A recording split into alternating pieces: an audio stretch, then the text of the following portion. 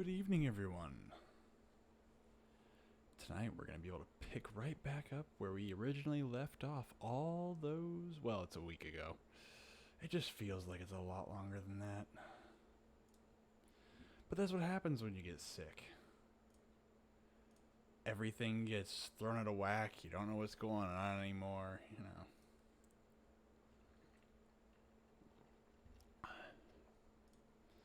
So let's see if we can't get started for the evening. Because I'm excited tonight. I'm very excited tonight.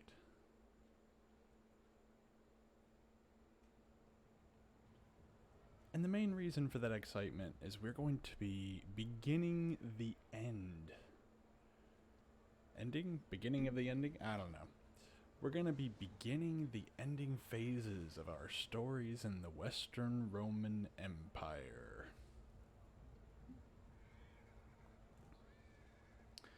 Because soon after the Gothic War ends, there's not much Western Roman Empire left. But we're not going to get into that just yet. Alright, let's see. And I'm going to let them starve out a little bit longer. The main thing is, since I haven't played this in over a week, I'm going to have to take stock real quick. Okay, where were we? So I've got Open Rebellion up here. I've got a bunch of bad guys up here. Ugh.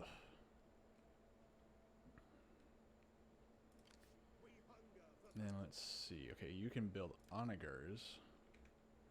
How's my money supplies not doing fantastic? But we can fix that.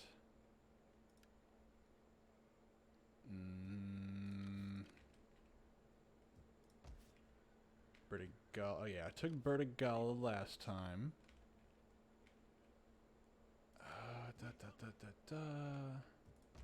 I want to say, yes, Spain is in active open rebellion. Fantastic. Oh, well, there goes that.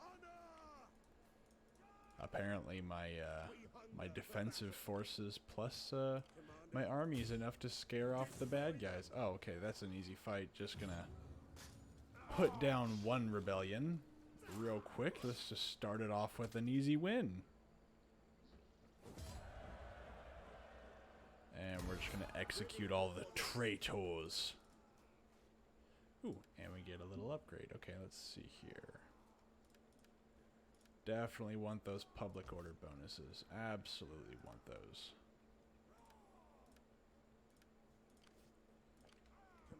Now, can I scare more of you off? Or finish more of you off? Ready for battle.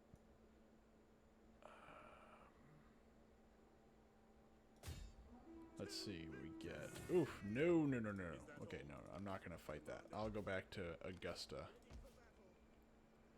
And yeah, you're doing not great, but we'll cross that bridge later. Then let's see.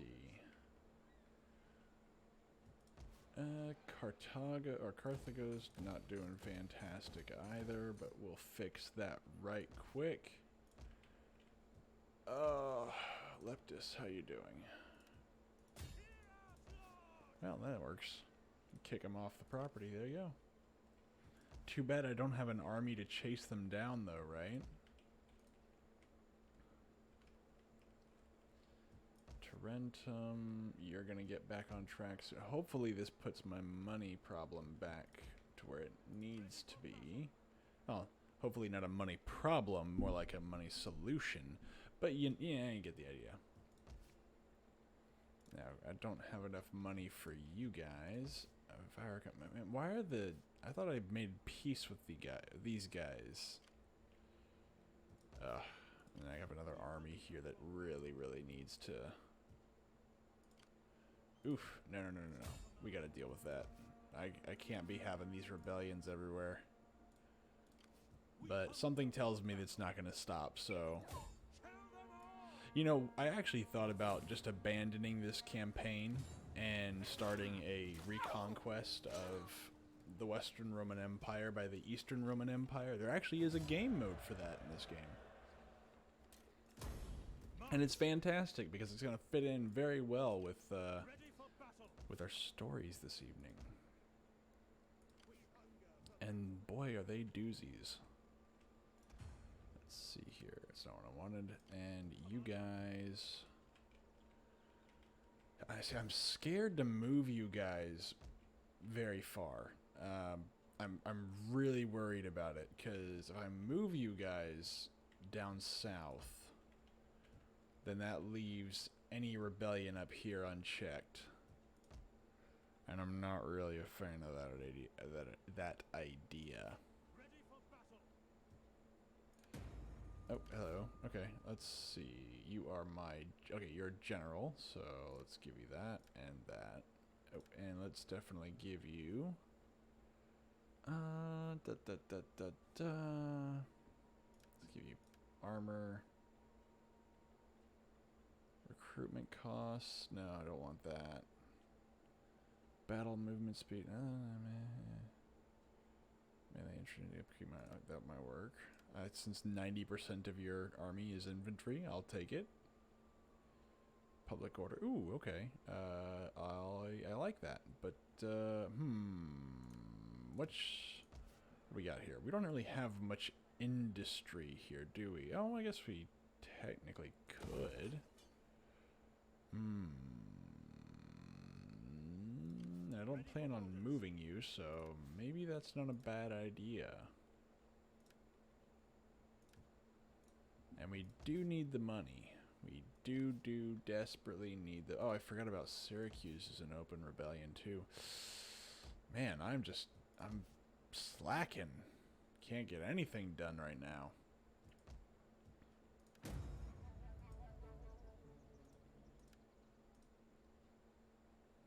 Alright, let's let them have their field day. Gotta let all these guys keep making their turns.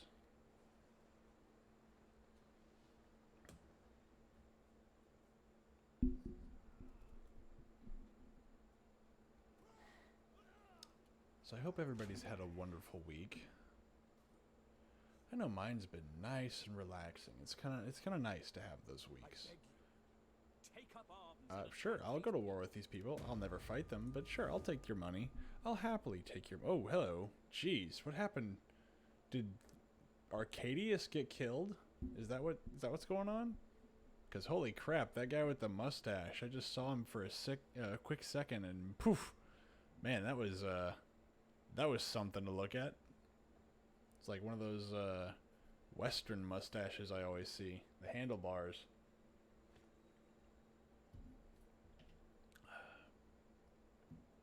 Come on. Yes.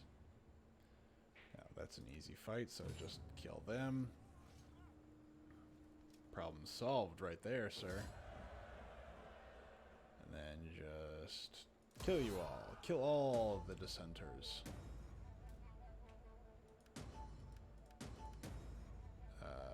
Do nothing. I want as many people. Okay, so I now have replacements for the Legio Comitatenses, of which you don't have any. Ooh. Fantastic. I definitely want to get better soldiers in here as fast as I can.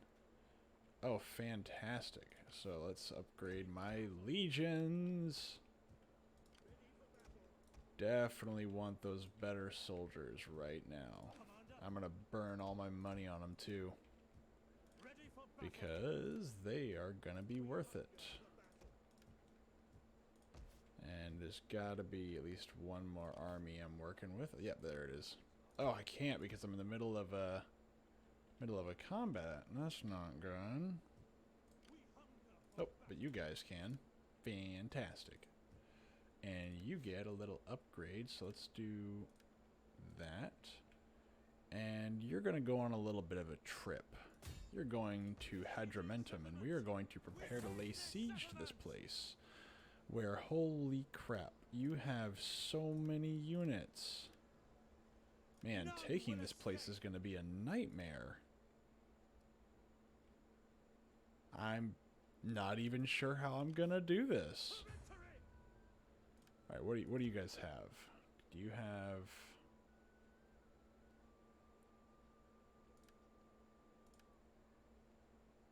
stationary testudo? But you got...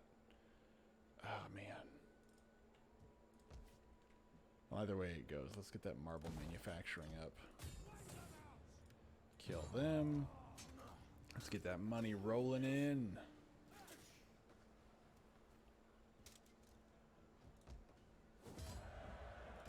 Killed him. That should at least get that somewhat moving. Somewhat. I don't know. Okay, and can we kick you out? Nope. We can just murder you all real quick. Yeah, I'm not going to bother fighting all those little fights. I'm just going to take care of the ones that actually need my direct intervention tonight. Because we have things to do. We have places to be. We have Attila to kill. And let's see what else we got going on. So I've only got 1,000. Oh, more people to upgrade. Can't leave behind those upgrades.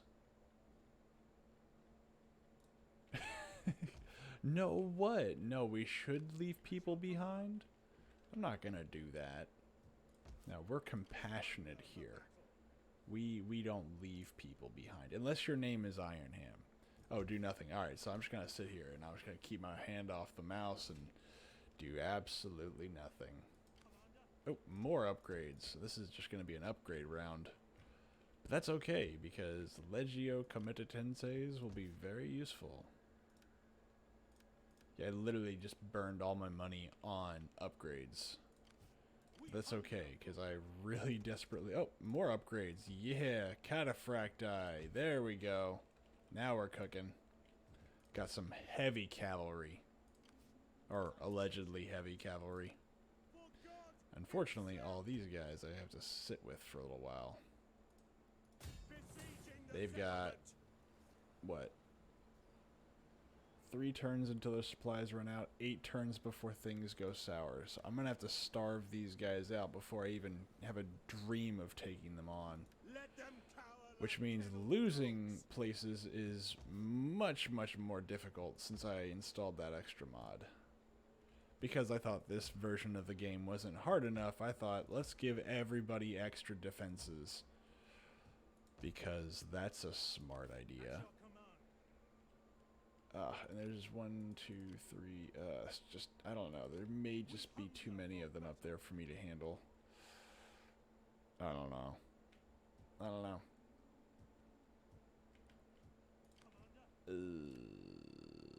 So how you doing tonight, Ham? How you feeling? Ready for battle. We hunger for battle. Let's see. Can I just don't have any money. But I do need to start intercepting at least some of these guys. I need to. Hello. Why are you... ah, I can't intercept you. You are close enough to where I can take care of you.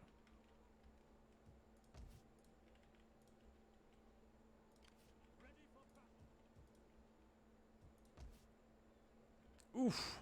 Harsh. But fair.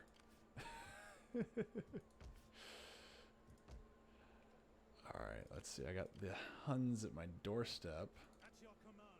Can I upgrade? Really? I don't have any upgrades for my Equites? Just those, huh? Alright, well. Let's end our turn and see what the game is going to throw at me.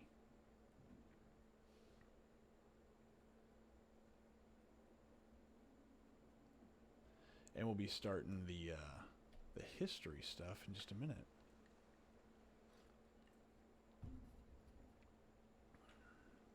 But yeah, tonight we're mostly going to be focusing on... oh, god dang it. Tonight we're mostly... hey, Graham, what's going on, man? We are just about to get started with history tonight. Oh, hello. We got some Huns at our doorstep, although no one's really wanting to take us on. It's kind of a giant stalemate in my empire at the moment. where I really don't want to take anybody on and nobody wants to take me on. There's lots of fights, but nothing really ends up happening. Ooh, this is the first real fight I may have to get involved in. Ecrites Promoti, and then Contrarii, and a lot of Chiroballistas. I'm not entirely sold on the fact that I'm going to be able to win. Retreat, men! Retreat! I need to beef up that force. That's just a bit too daunting for me. I'm a guy who kind of likes the challenge, but even for me, that's a bit much. And as for you guys, yeah, let's just auto-resolve that. I don't really care about this fight. And, well, we've got turns to get to, because I think we're still only... We're less than 100 turns in, and Attila hasn't even shown up yet. There we go. Alright, another assured victory. Let's just take care of that. Yeah, it feels weird taking a week off. I'm actually really excited about tonight. We get to come back and restart everything. Definitely give me that. Give me your money. Give me your dirty money. Wavering loyalty. Who dares waver in their loyalty? You, sir. Who are you? Where are you? You're a governor. How dare a governor not be loyal? I should have you killed. But I won't, because I can't.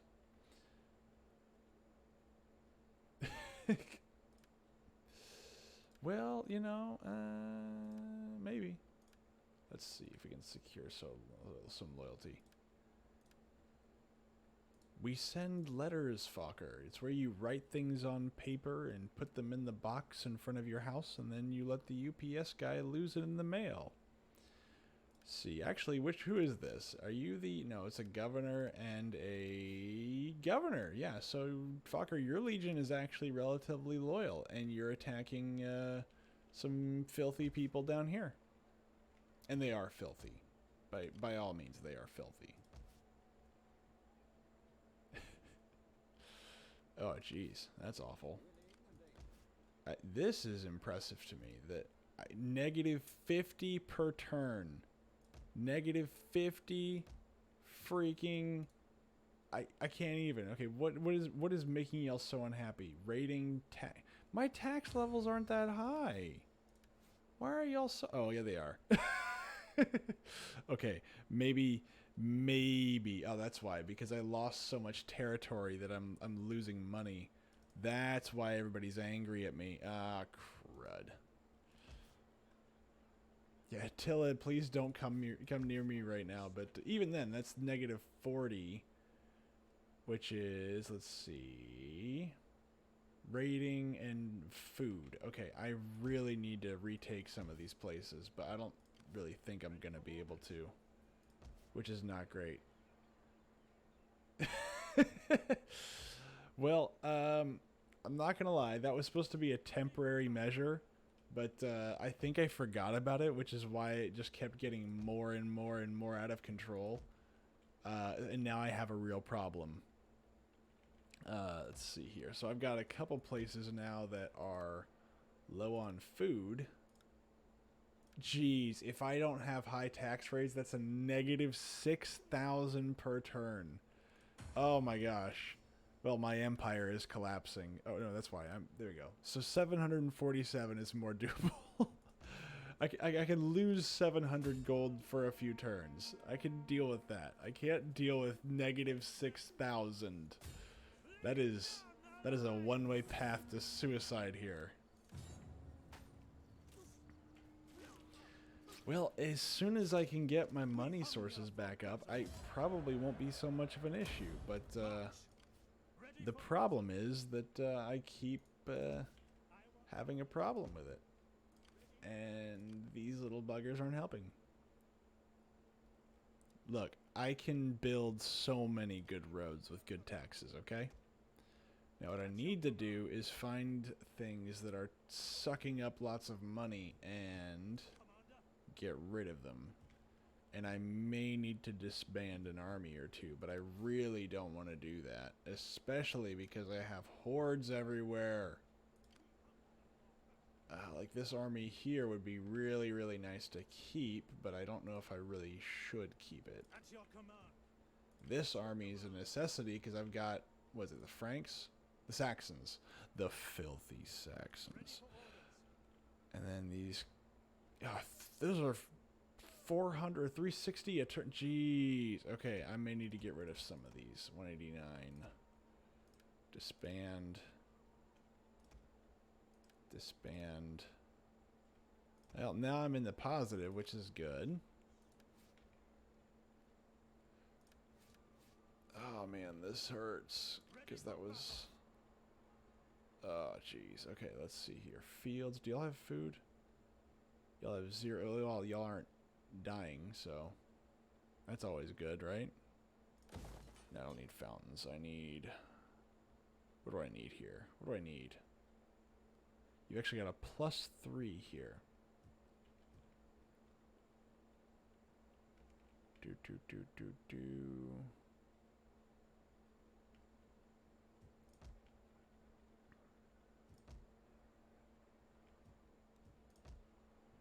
Oh man, I am hurting. Tarentum is going to be under siege really soon. For death and Regium, what can I get? Nah, not much. I don't want to break this siege. I really don't. It's going to take a long time to undo that. But, let's see. Tarentum, you've got a relatively large force there, so I'm not overly concerned.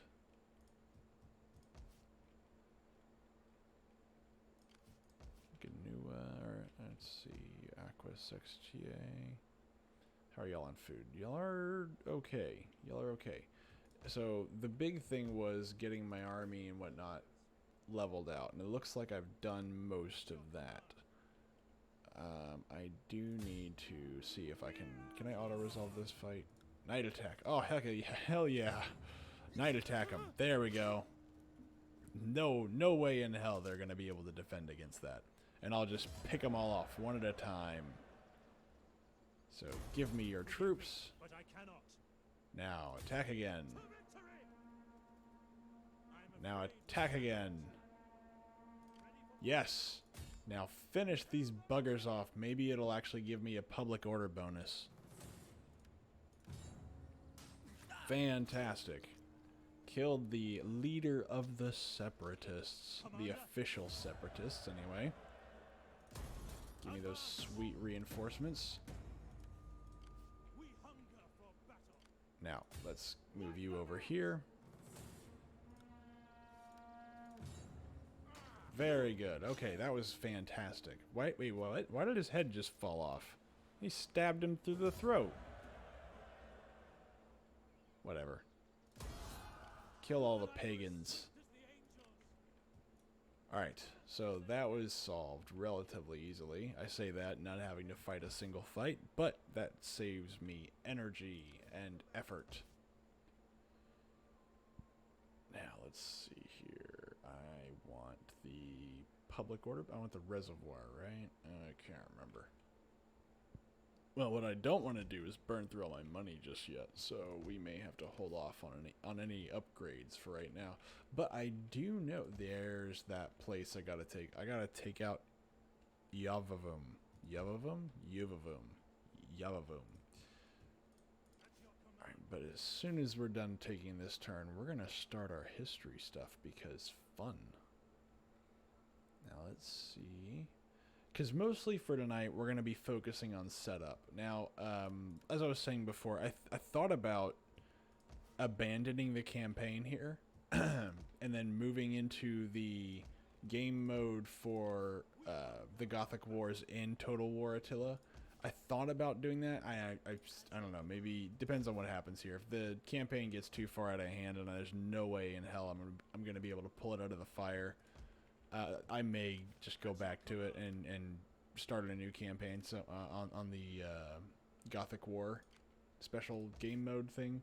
But at least for now, I want to try it. So We'll see. We'll see. Alright. Alright, what can I do here? Do I want trade jetties in Neapolis? Probably. I do need more money, but I also need more food.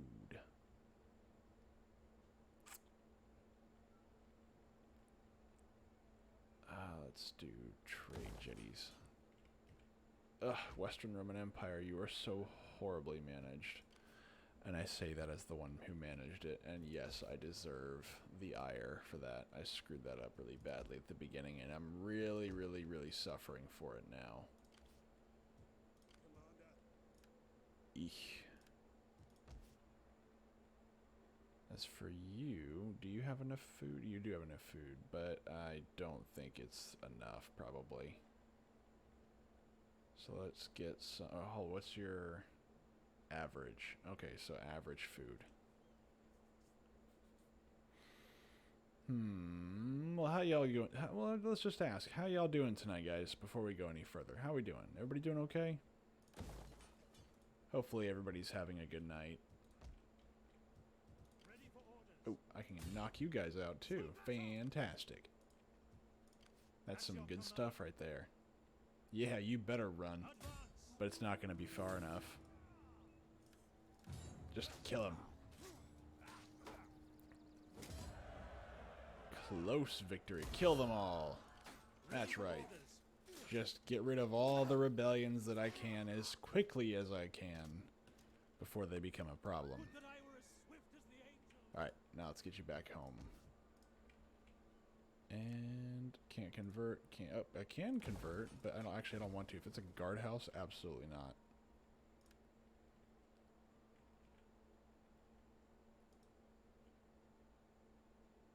Reason learning this weekend. I'm not sure what is that. What does that mean? What do those words mean when you put them together? Reason learning. Reading, okay. Well, Grim, I can't run a tyrannical empire without coercing people, okay? It's not, I didn't make the rules, I'm just enforcing them. I'm just doing my job, which makes me ethical. Oh, that's right, I can assign governors because I have a mod that increases the number of governors I can have. Let's see here. Aqua Sextia, 2045. I need a good manager. What can you do? Merchant. Commercial buildings. Do we have any commercial buildings? I don't think we do. Oh, we have the Tabernet. And it's an extra 75. That's for 1,000 for culture. Jeez, okay. I am a Karen right now. I should probably get started with the history stuff, honestly. Let me just end this turn. Unfortunately, missing a whole week, I'm like trying to catch up where I was mentally when I last touched this, which was 2 weeks ago. It's a lot harder to do that, especially whenever your empire is on fire, man. It's not fair that my empire is on fire.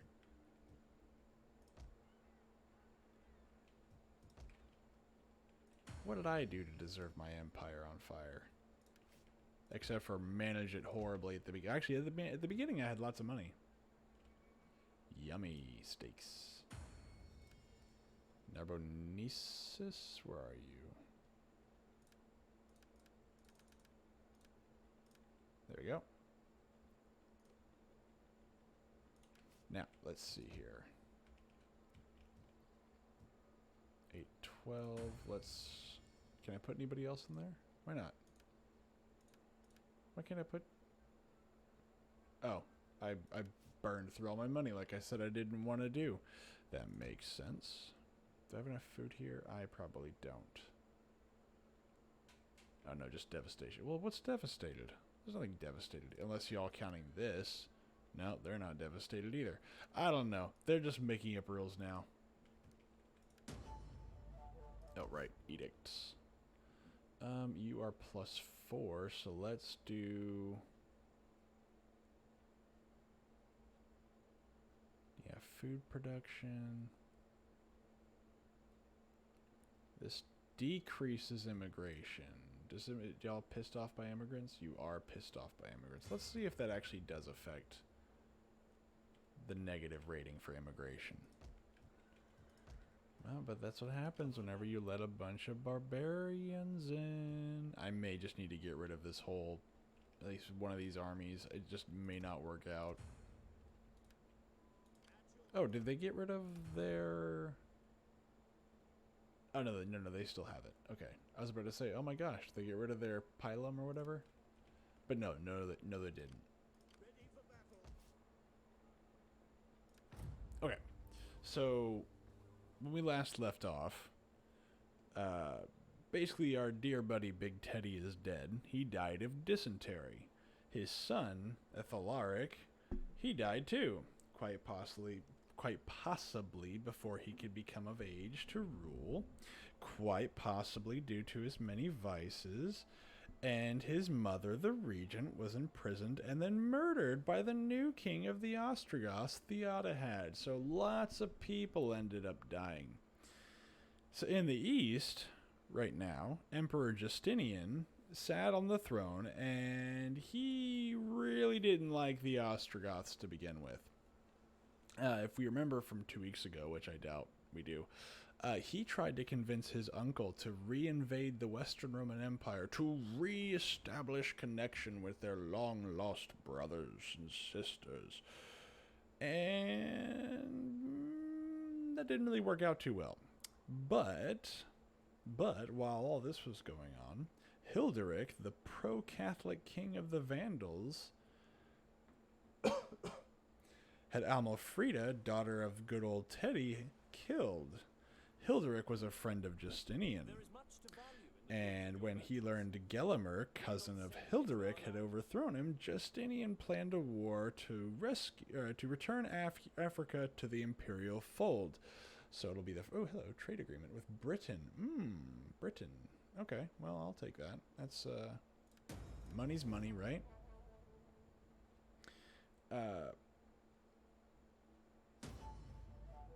Now, we didn't go over all these little things, I think last time, because I'm mostly focusing on the Western Roman Empire. But let's get through. Whoa! I missed one of those. What was that? Religious unrest? Is that what I just saw? That's a new one. I didn't see that one. Oh, religious request. Where's this? I can't even see it. Where is this? Where is Asturica? Okay, well, I guess I'll just look for it real quick.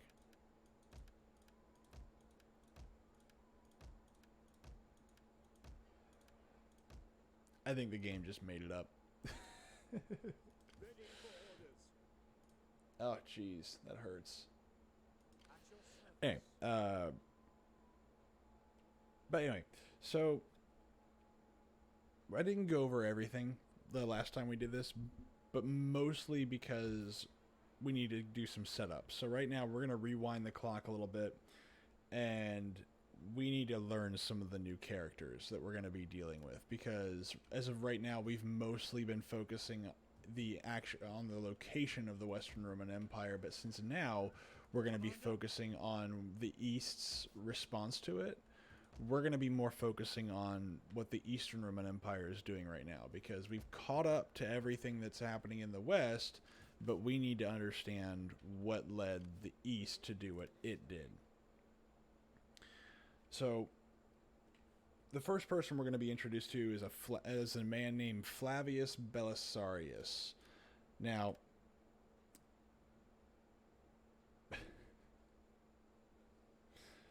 we're going to start with our... Hey, Kurgan. How you doing, man? Alright, let's see here. But before we even dig into Flavius, let's start off with our super cool good guy, Justinian the First. Justinian is the nephew of the now dead Emperor Justin. Oh, hello. More stuff. Okay, well, let's see. Can we give you public order bonus? Yes, we'll take that. who only attained the rank of emperor by out-politicking his rivals. Good news for Justinian.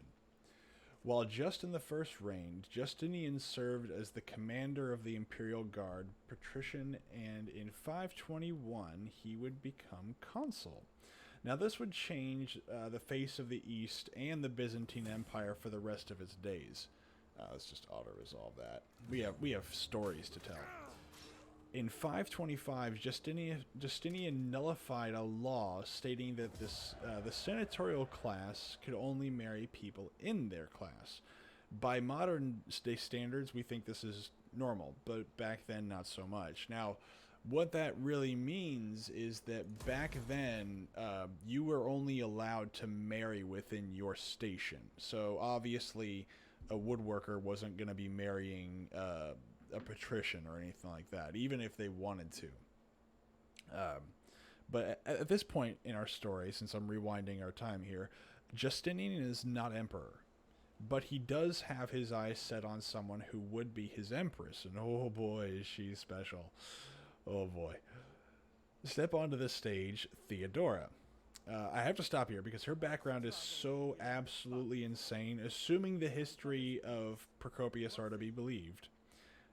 Theodora, after the death of her father, was presented to one of the four major chariot racing factions of the Eastern Empire, the Blue faction. Not to go into too much... Oh, hello. Peace treaty for... Oh, okay. The Huns want to chill out and they want to give me money. I'll take it. Not to go into too much detail, but the chariot racing, since... right.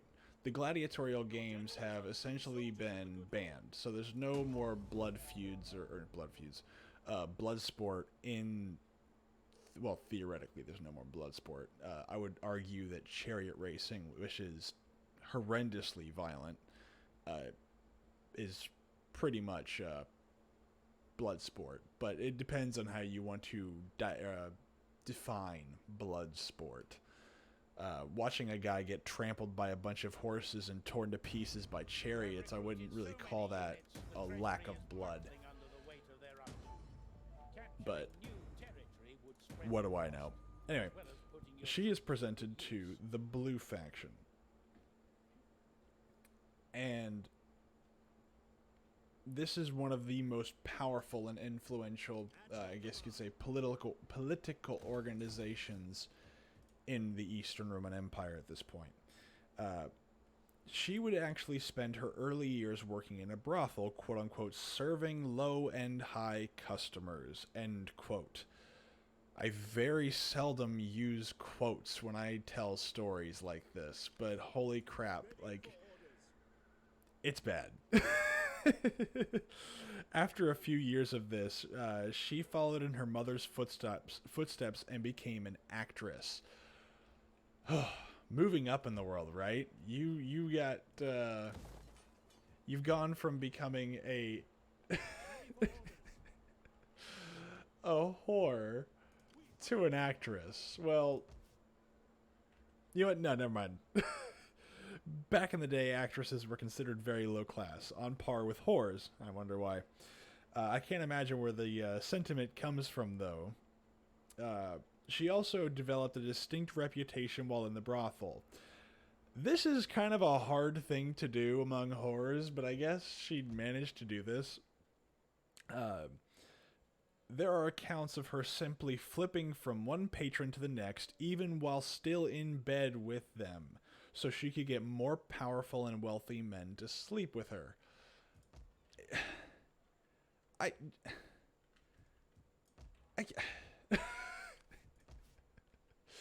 So while she's still in bed with one dude, another richer, more powerful guy walks up and she's like, oh, no, never mind, I'm good. I want to go with that guy.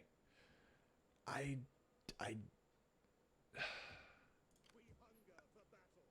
can't even with these people. Like, it's insane to me.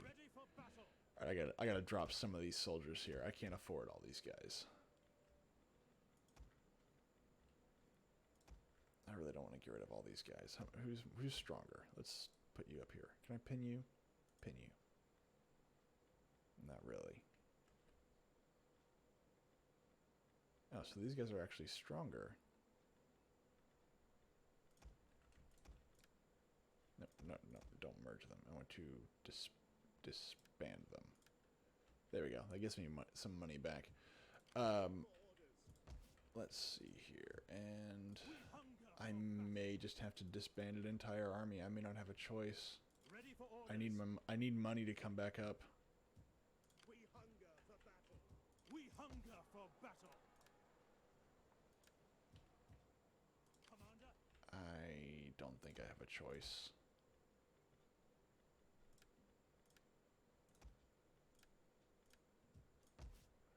Crap. Theodora would take these exploits that she learned from the brothel to the stage. Actresses would commonly perform sexual favors and perform lewd scenes on stage. Her breakout role was a portrayal of Leda in Leda and the Swan, where Zeus seduces Leda. Not to go into detail, but descriptions of her portrayal of Leda were said to be graphic not only for back in the day, but also for the role. To put that into greater context, this play in its infancy quite literally had Zeus having sex with Leda on stage in front of a crowd. So if her performance was shocking, holy crap.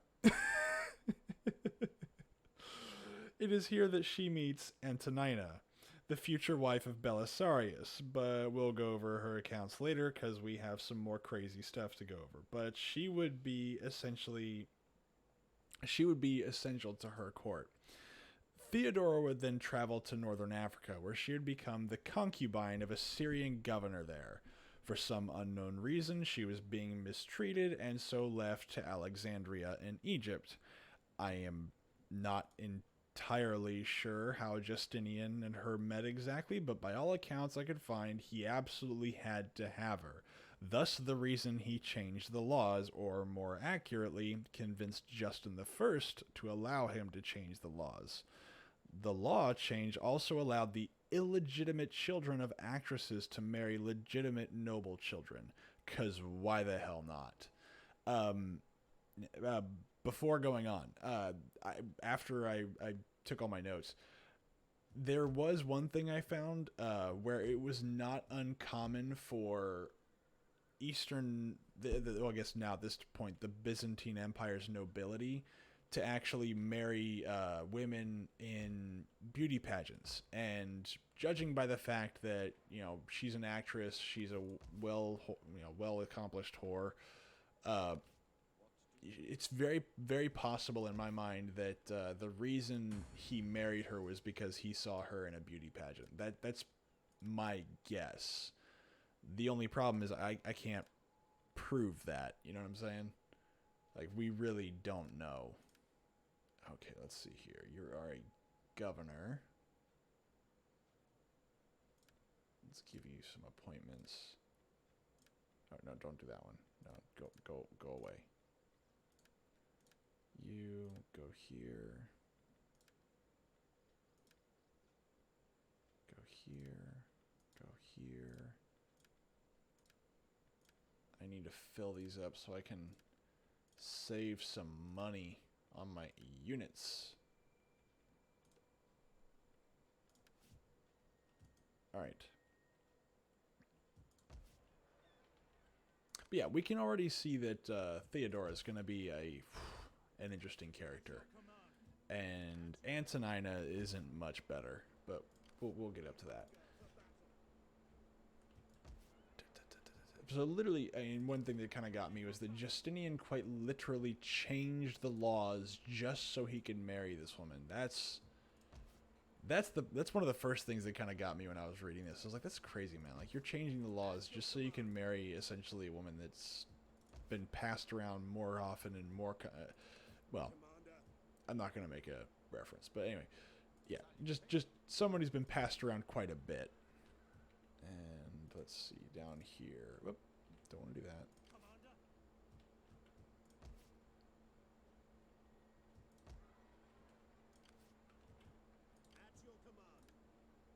Now you can also imagine the kind of person that's raised like this, right? Someone who's raised to be essentially a whore and someone who's essentially raised to gain power and favors for the group she's with. Now, just because she's a whore doesn't mean she's not still working with political factions in the government. So, like I was saying, the actual charioteers, they would actually affect politics quite often. That's another important fact of this, is the fact that the way the emperor would actually, I guess, make decisions sometimes was what they would use is they would use the charioteers to essentially make the decision for them. And so if their side won, oh, hello, we have an actual fight on our hands. Okay. If their side won, or let's say the blue faction won, and the emperor was I guess a patron of the blue faction. And by the way, the colors of these are completely arbitrary. They don't mean much of anything. They're just quite literally that guy wore blue scarves, and therefore we're going to call them the blue faction. And the other side is the green faction, and the red faction, and the white faction. Like, there's nothing symbolic about these colors. It's literally just a color that people can recognize. One might often argue that it could be something similar to like a jersey, but we're not gonna get into that.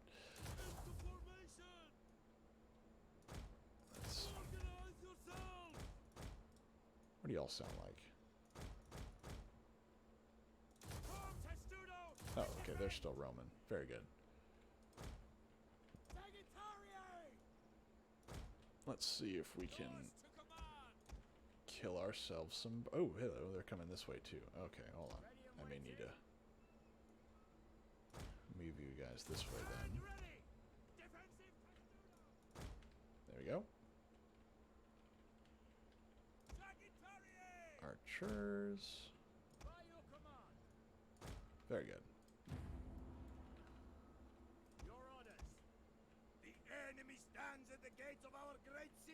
Come on, form this really crappy testudo. There you go. Look at that. Nice and open range for those archers. Anyway. But yeah, so she's still working with the blue faction, and she never really stops. But anyway, as I was saying, what they would do is they would use that as a quote-unquote omen to make decisions. And if, let's say, their side lost, they would use that as an omen to decide to do something else instead. So they may have converted to Christianity, but a lot of those little itty-bitty remnants of pagan traditions, those didn't all just go away overnight. And, well, Greek Orthodox isn't exactly known for not having its own little forms of superstitions and whatnot. But, I mean, come on, what doesn't?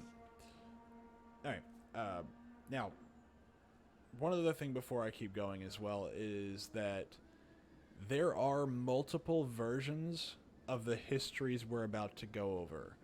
What I have done is I've tried to read as many as possible with multiple corroborating sources if I can get them, and I've used that to compile the story that we're about to hear. That is essentially the mentality that I've taken for all the notes that I have taken for the whole thing. And I'm not even done writing all my notes for the actual Gothic War. It's so massive, I don't even know where to stop sometimes. Like, it's like, how much of a rabbit hole do we want to go down into? And I still don't know the answer to that question, and I am probably about 3 or 4 weeks worth of material deep.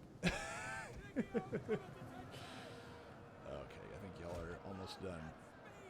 Well, when I say multiple versions, I don't mean like completely contradicting versions. Let me read it this way. So, unlike in the Western Roman Empire up until now, the histories are kind of hit and miss. Like, we know them from after the fact, after action reports. If you want to say it like that. We have first-hand accounts of historians in the field as this is happening, because Belisarius and Justinian have their own historians that write the history as it's happening. So we have detailed battle analysis for some of these. Like, that's how hardcore this gets. We have almost literal play-by-plays of sieges that happen. We have troop movements. We have like food movements. We have a lot of information for these. And so another big thing is that we have histories that are commissioned and not written organically. So Procopius is the historian that was the first-hand account for most of the stuff we're going to go over. There are some exceptions, but he was also commissioned by Justinian to write all the histories. Now, that doesn't mean that everything he's writing is real. This is the big problem, because all of the official historical accounts make Justinian and Belisarius, Theodora, and Antonina sound like saints, where they can do no wrong and do no wrong. That's quite literally impossible, right? Well, he actually wrote another version of history as well, and it was much less flattering to Justinian, Belisarius, Antonina, and Theodora. So, which is the truth? The one where he's giving scathing reviews, or the one that he's saying they're all saints and are worthy of divinity? And I think the answer to that is in the middle. Now, I did try to temper some of the more, I wouldn't say angry parts, but the more vicious parts. But I mean, you know, we just don't really know which one is the real truth, because we can't. I don't fully trust sources that are commissioned by a government, especially if they're saying we're paying you to tell this story, and this story better sound good. I also don't trust the story where he's like really pissed off at the way they're treating him, and therefore he's going to give us a unbiased representation of what actually happened. So there are multiple versions of that history, but not because they're really, really different. It's just that the details are different. So where one may show that Belisarius is a really competent, capable commander and an excellent husband, all at the same time, while at the same time, like, feeding children, the next one will show him as being an incompetent commander who basically has a hard time just keeping his wife out of the beds of everybody that she meets. Like, a competent commander who's assertive would never allow that to happen, but it happens. And in both histories, we know this is true. Now, there's some histories that say that Theodora was never a whore, but I don't think that's true based on some other parts of the histories that I'm not going to really go over, because she's not the point of what we're looking at. Although she plays a role, she's not the reason we're looking at this. But that was a very long-winded version to say that I have combined and formed, if you will, a master story to multiple versions of the history where it lines up. So if it doesn't line up or it doesn't make sense, I didn't include it, even though I may have wanted to.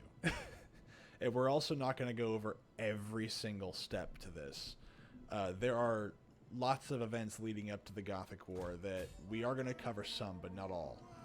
Let's kill the commander, of course. We got to kill the commander. So now back to the story. So Justin I dies in 527, and at this point leaves Justinian as the sole ruler of the empire. But even before he became emperor, he dreamed of reuniting the East and the West. But before Justinian can begin those, he has to deal with a bit of a problem. Remember those chariot teams we talked about? They begin to have problems with Justinian the First. Now, we're not going to go into those details, like I said before. We're not going to go over every single detail, but we need to know what kind of people we're dealing with, like I said. So in 532, the chariot teams, during a chariot race, started a riot that ended up bringing large sections of the city.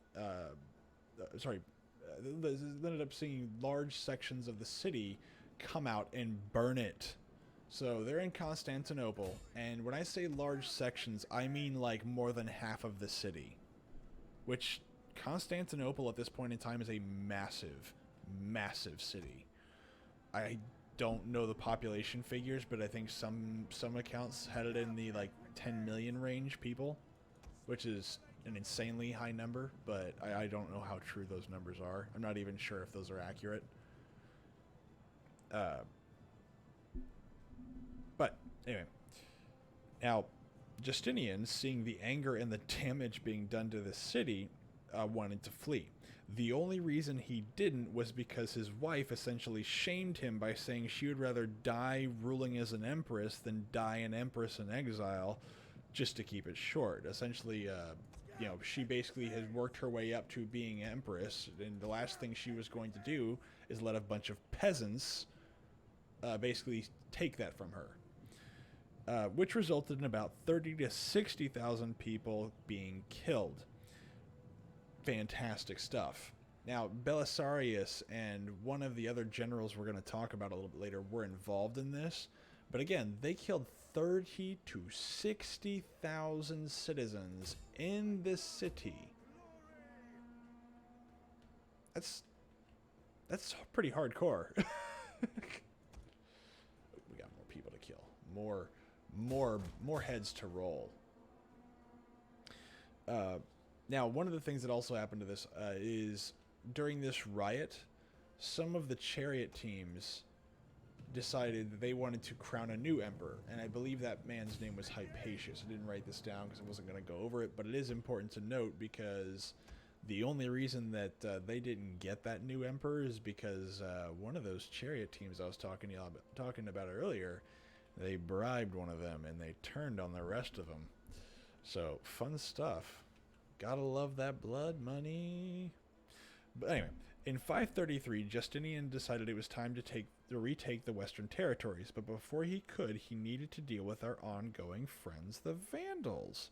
Hilderic, a proponent of the East, was overthrown, if we recall, and Gelimer sat the throne. In the most heroic of fashions, Justinian sends Belisarius to reconquer North Africa. If we also remember, the Ostrogoths were unhappy with the Vandals as well.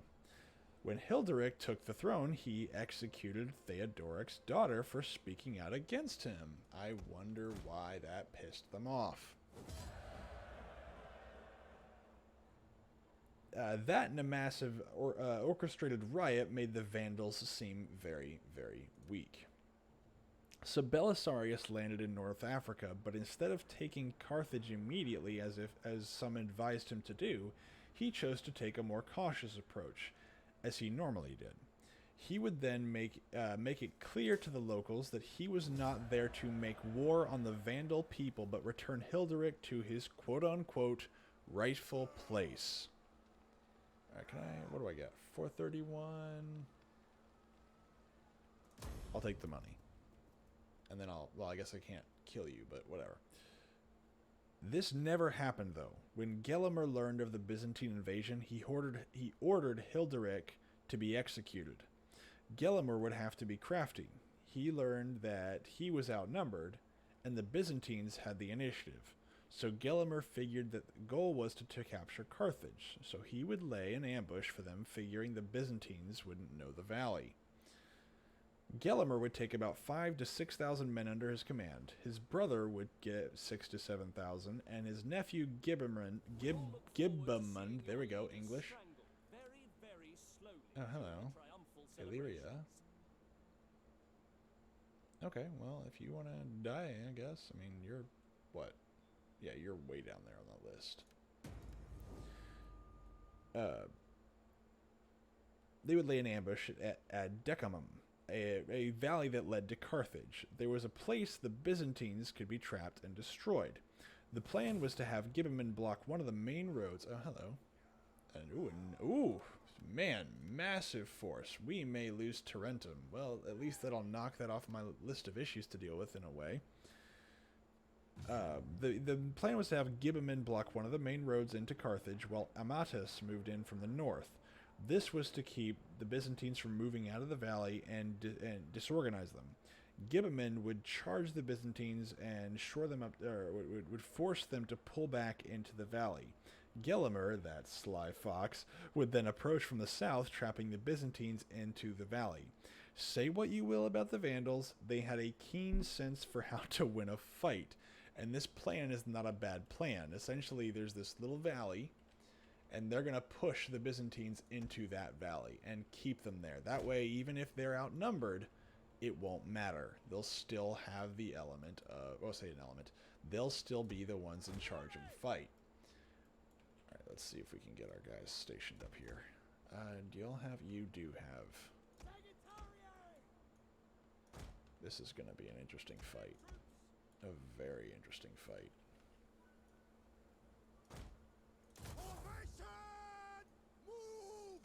Get you guys down in here. We await your orders. And my cavalry, I want y'all out here.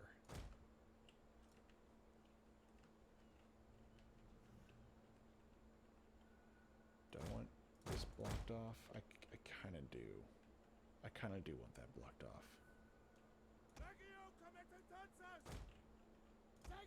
And I'm gonna pull you back until at least the oh, that's kind of far. Yeah, I guess I'll just keep y'all here.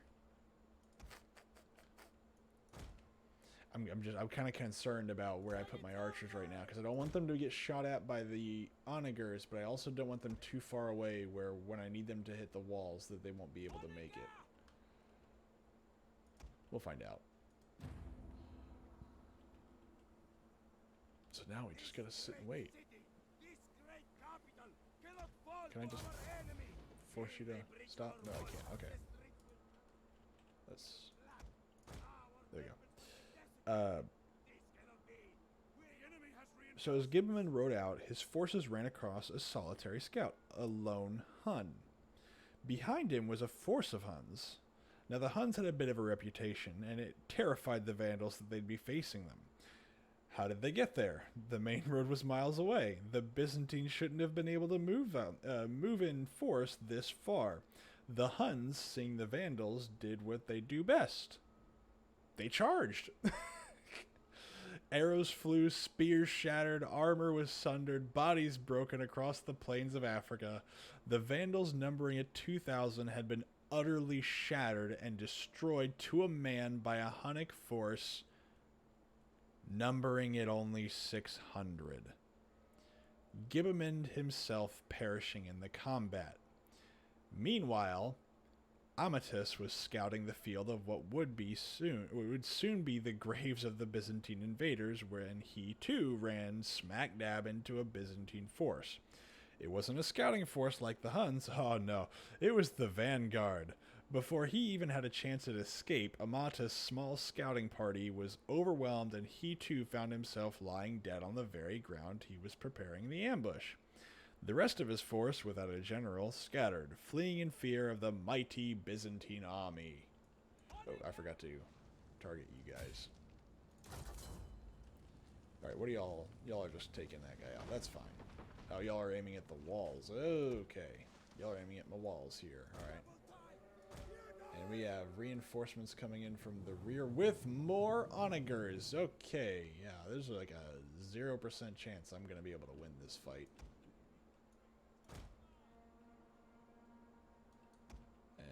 I might as well just move you guys back into the city. There's no point in keeping you guys out here.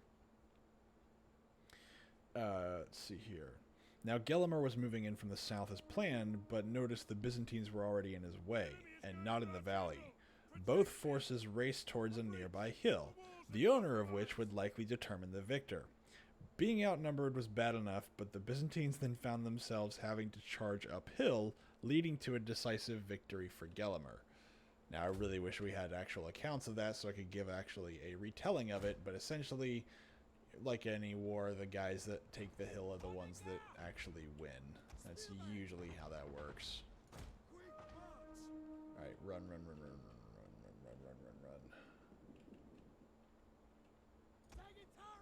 And move you guys. Alright, Let's move you here. Let's move you here. Nothing remains of that tower now. A unit's ammunition is spent, and it can no longer fire. Oh, that sucks.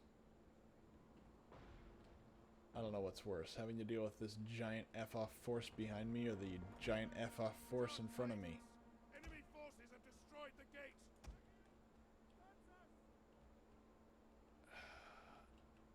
I think they're all gonna come this way though, which because they're stupid AI.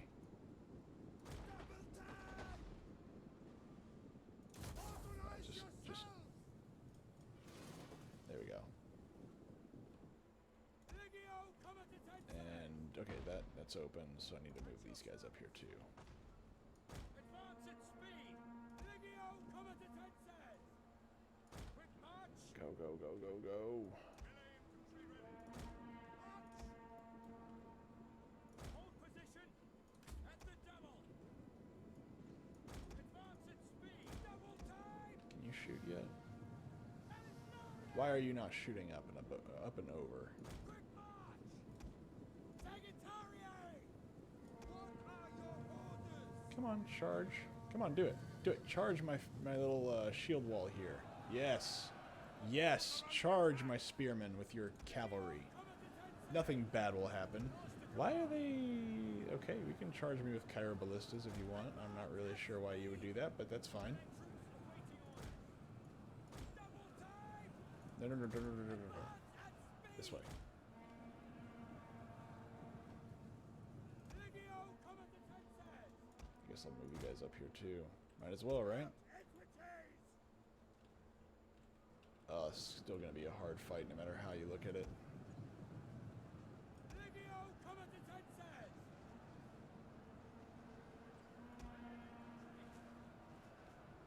Come on, come on, come on.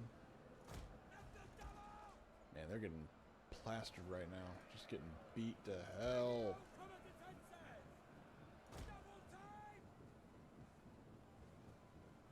Go, go, go.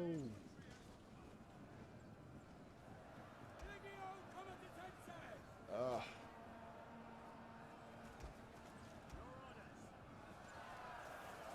Zoom in a little bit here.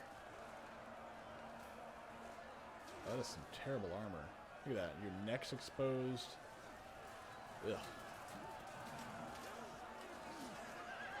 What are you even holding? Oh, there's a sword.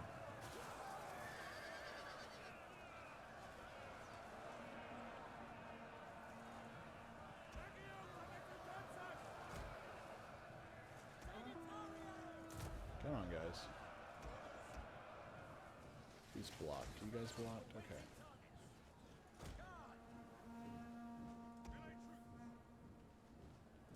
Sorry guys, I'll pick up in just a second, but I at least want to get my guys in a defensive formation before I keep going. There we go. There we go. Okay. When Belisarius approached Carthage, the gates were open, and he made sure his men knew that the city was... let's see. Oh, that's right. I missed a whole section. Oh my gosh, I missed a whole section. I'm sorry. The remainder of the Byzantines fled the field and only regrouped when they ran into another Byzantine force. Gelimer, believing the force to surpass his own, fled, leaving Carthage lightly defended. Ironically, the one who was most at risk here was Gelimer. The one that was at risk here wasn't Gelimer, it was Belisarius. Belisarius had left the majority of his forces behind while a small force was scouting with him, but because he mistook, he thought he was actually marching in force. Come on, use your little pylon thingies. When Belisarius approached Carthage, the gates were open, and he made sure his men knew that the city was to remain untouched. He saw the people as Romans and would not be enslaved, but liberated from the Vandal rule. Upon entering the city, Belisarius went straight to the palace where he sat upon the throne of the Vandal king. Carthage, after nearly 100 years, was now back under Roman control. There was one more battle that decided the fate of the Vandals, but the battle at Ad Decimum was the decisive defeat that broke the Vandal back. Now when Belisarius took Carthage, his wife was with him, Antonina. Now this is strange, mostly because I can't find a date they actually married until a decade later, so this is confusing to me, but whatever. I thought it was I mean, I'm not really familiar with the Eastern Roman Empire. I don't know how they determine, like I don't know, do they have a common law married rule? I know that they're not as Roman as the West was. Oh wow, okay, that's not cool. That's not good at all.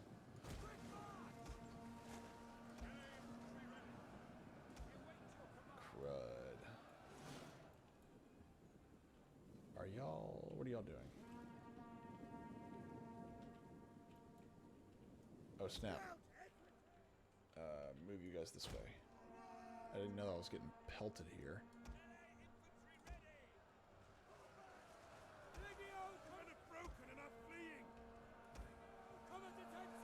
Get him. Get him. Get him.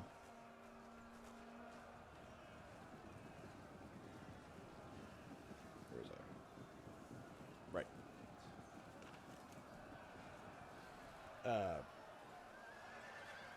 Before we move on, though, because we now have Antonina in our little group here, we're going to do some more background on Antonina. So, we know she's a friend of Theodora, and we know she traveled in the same circles.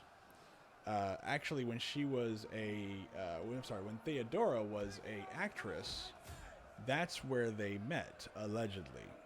Allegedly. I say allegedly because I only found like one or two sources that actually stated that. And, well, they were friends before that, but that was when they actually really got to be friends, was whenever they were actually, what do you call it, in the theater, let's put it that way.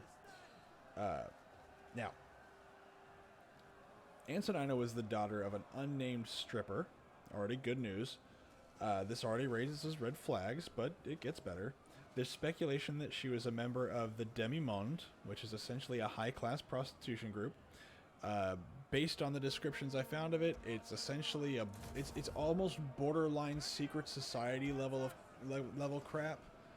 But it's kind of like a secret society that everybody knew about. But it was very much about having proper etiquette. Just basically high-class whores, with a flair of the political, and one could argue religious. I think that because the Demi-Monde exists beyond the Roman Empire. I think it survives into like Renaissance France. Like, so the idea of it is not exclusive to Rome, and it's not something that hasn't existed before. I don't even know how to describe it aside from just prostitution that's high class and usually meant for nobility and very wealthy people. That's all I can really say about it because everything else is horrible. Procopius goes so far as to say that she was involved with sorcerers and in some way would even practice sorcery on occasion. That's open for debate in some cases, but I mean, if she's around in a secret society level organization that has some religious affiliations with religious people that are normally of the Catholic or Eastern Roman persuasion, or the Greek Orthodox persuasion, I can believe that. She was also known to have numerous affairs while married, and even had multiple children before being married to Belisarius. It is also worth noting that she had a very strong grasp and influence on the actions of Belisarius, but we'll move into those more later. But now that we have some basic background, what was she doing in Africa with Belisarius? She literally tells us. She is there so that, 1, Belisarius cannot get away from her and have a chance to see how terrible she is. She quite literally writes this down and says to Theodora in a letter, "I do not want my husband left alone, lest he realize who I am." Oh my God.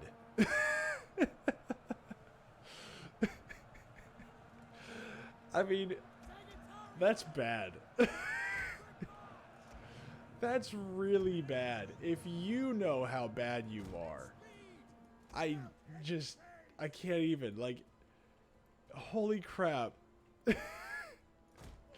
I still paraphrased a little bit, but oh my god.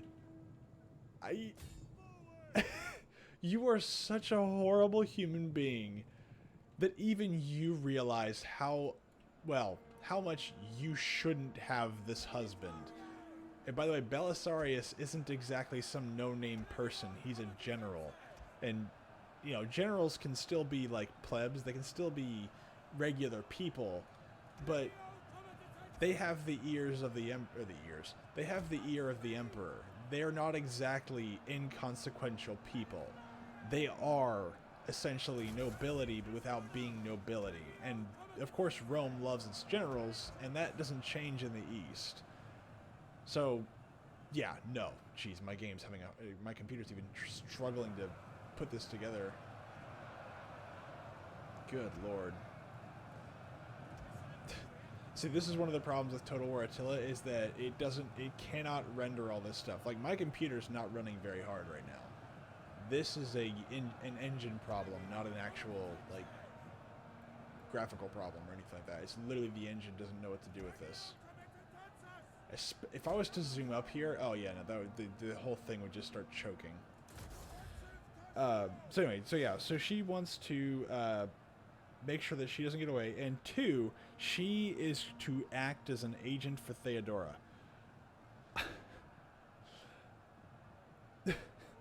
I wonder how fun it was knowing that your wife was not only a whore, potentially a sorceress, older than you, but also a spy for a queen. We haven't covered this yet, but Theodora despised Belisarius, so that must have been really awesome. Just fantastic. Either way, Antonina was with him, and what comes next is rather interesting. The Vandalic War, which is what I just described in very curt detail, lasted less than a year, starting in 533 and ended in 534. However, that doesn't mean it wasn't devastating. There were estimates of up to 5 million people that died due to just regular skirmishes, war, famine, and plague. 5 million people died in less than a year. And by the way, this isn't a time when, like, you know, 5 million people in, like, a city in America is a lot of people, absolutely.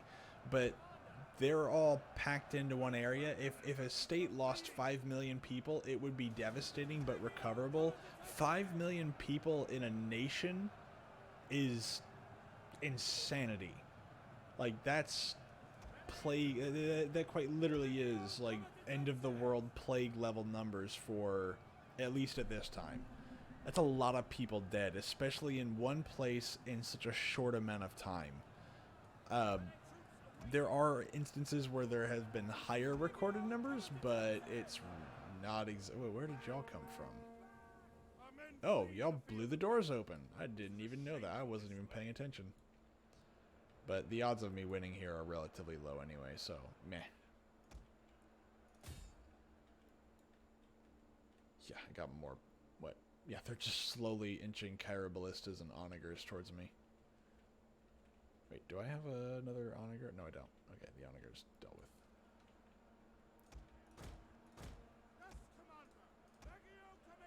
Well, let's move you guys this way.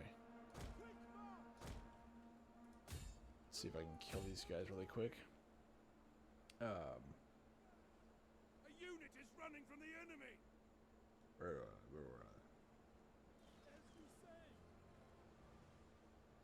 To top it off, Belisarius was acting as governor of Africa. This pissed off a lot of people back in the Empire. How dare he act as governor after he conquered land in the name of Rome, when there was no one else, and no one else wanted to do it. How dare he do what no one else wanted to do, which was be governor of Africa. How dare he be governor interim after he conquered a province that people didn't even realize he was conquering. Little things. Anyway, rumors began to circulate that Belisarius wanted to rebel against the Empire. I wonder who would have started such a rumor. Certainly not a really pissed off empress who was very unhappy to hear that the man she absolutely hated was succeeding so well and so quickly. So Justinian, concerned of these rumors, gave Belisarius a choice. He could rule as the governor, or return to Constantinople and receive a glorious triumph. If he chose to stay, thought Justinian, he's a traitor. If he returns, he's loyal. But we're not going to go over that tonight, because we're going to wait till next week for the exciting conclusion. I'll say conclusion. I guess conclusion of the Vandalic War. We did a lot tonight. It's a lot of stuff we just packed in a very short amount of time. And there's so much more to go over. But we're going to wait. We're going to wait. Where's the fun if there's not a cliffhanger? I mean, you could Google it, but where's the fun in that? Let's see if I can speed this up. But yeah, no, like, it's just... We haven't even gotten really into the character of Belisarius yet, but basically, everybody here is weird. Just weird.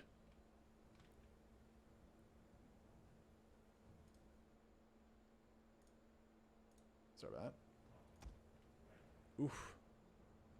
Okay, let's see here. Can I take a force? I might be able to take a force back here and hit them from behind. That might break the majority of them. Maybe. They are a bunch of weirdos. And it doesn't get much better. See, here's the other cool part about this, though, is because Procopius was around all of these people for long periods of time, we have a really, really good idea of all the political intrigues that happened. It's actually really cool. So we have, like, suspected assassinations. We have... Oh, jeez. I didn't think of this all the way through. Whatever, it's fine. I just need you guys to shock them by hitting them. Oh, crap. Well, I just threw a piece of infantry away. I just threw an infantry unit away. That's unfortunate. The main thing that's killing me, though, are these frickin' archers.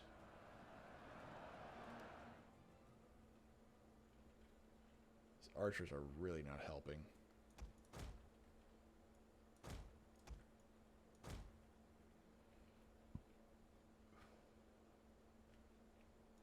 But what I usually do with my notes is I usually put in, like, I guess, cutoff points. I don't have any for the rest of it. I don't know where to stop. Like, everything just bleeds into the next, and it's like, oh, here's context for this. Oh, here's what happens right after this. And it's always, like, right after or, like, related to.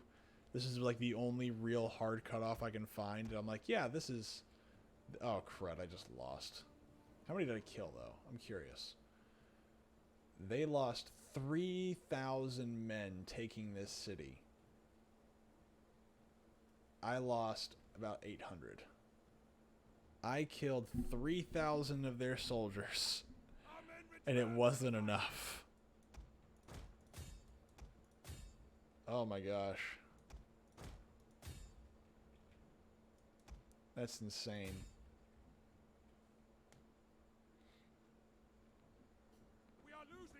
But hopefully y'all enjoyed that. Our men are breaking off.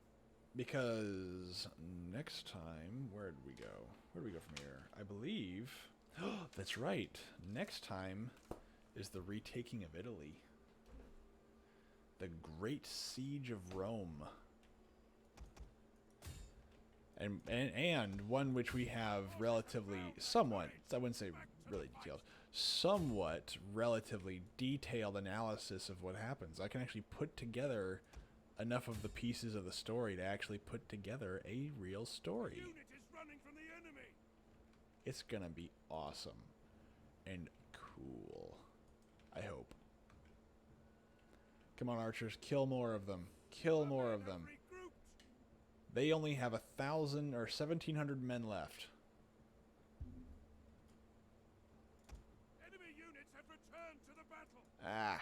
Our men run from the enemy. They lost almost every man taking this city. Jeez.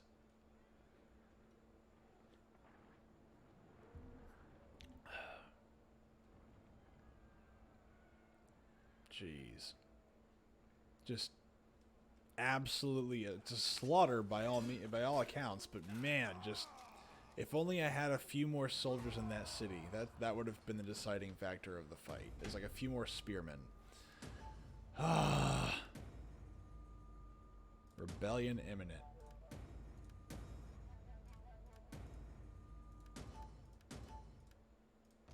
Rebellion imminent? Why? What did I do?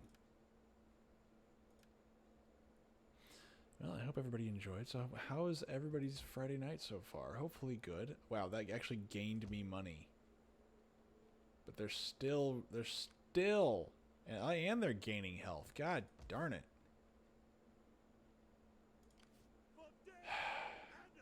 I'm gonna have to just...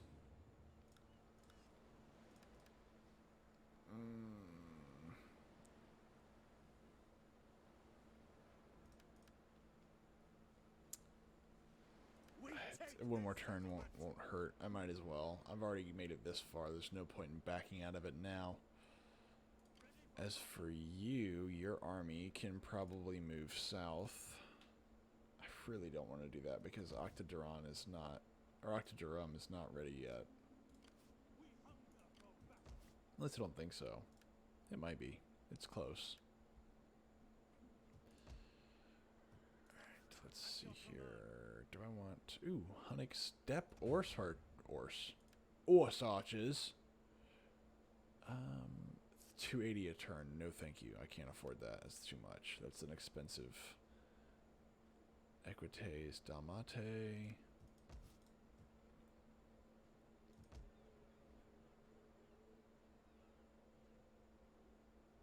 Come here.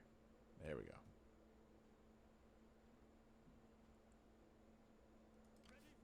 Let's see. What do you have? 200, 200. I really don't need... They're not really a siege army. That's... I can get rid of those. Oh, I say that. What I probably could have done was use these guys to siege Tarraco. And that would have been useful, but you didn't have the forces for that. I would need more soldiers. It's not something I really have at this moment.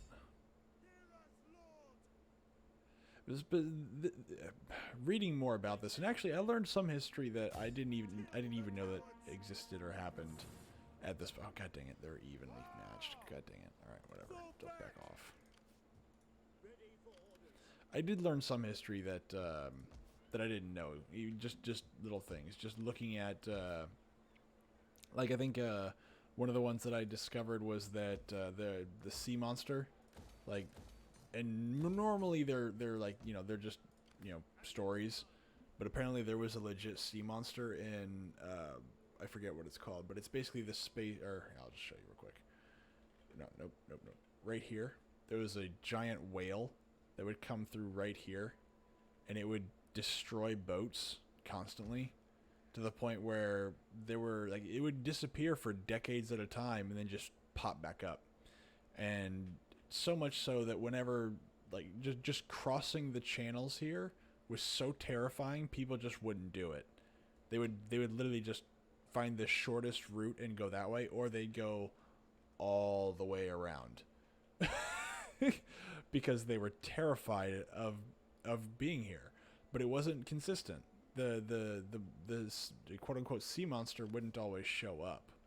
It wouldn't just be there all the time. It would literally just swim out here or swim out over here. And I actually looked it up later, and there are other really giant fish that swim around in these areas, which is kind of strange that we don't see or hear much of them. But yeah, there was a section where basically one day after the whale destroyed a boat, it beached itself by accident, and all the surrounding towns came out in terror, hoping that it would not be let go, like, you know, that the tide would take it back out, and they carved it to pieces while it was still alive. It also then fed the surrounding villages, not for days, not for months, or not for weeks, but for months on end. That one, like, whale thing fed multiple villages for months. Months. That's how big it was. And the only reason I believe it is because when Procopius writes about it, he goes, oh, that little wives' tale's true. Holy crap. And it's like, wow, okay, if you are saying it's kind of impressive, then okay, I believe it. So I guess There Be Monsters is real. Oh, I need some food.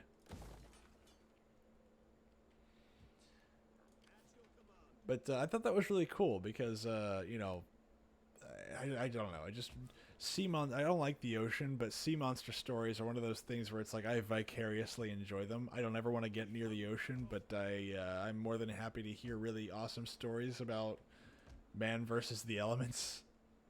I need to send a spy over here. Where's my spy? Do I still have a spy? I should have a spy. Where is he? Oh, I don't have a spy anymore. I thought I had a spy.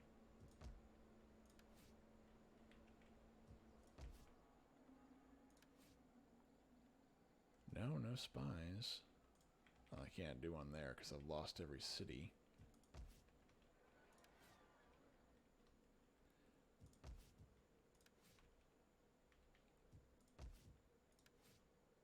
Oh, there's my spies. I just don't have the money. I don't have the money, Grim. I don't have the money. Everything's about money. Why do all these people want to get paid? I thought they should be doing this for the betterment of the Empire.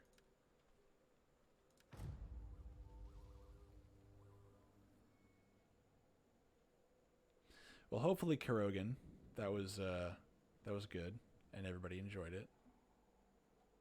I know I did. And it just gets better, and just keeps getting better, and more better, and even better than better. And after it's all said and done, your life will be changed forever. You will never look at the world the same way after we're done with the Siege of Rome section. Your life will be better for it.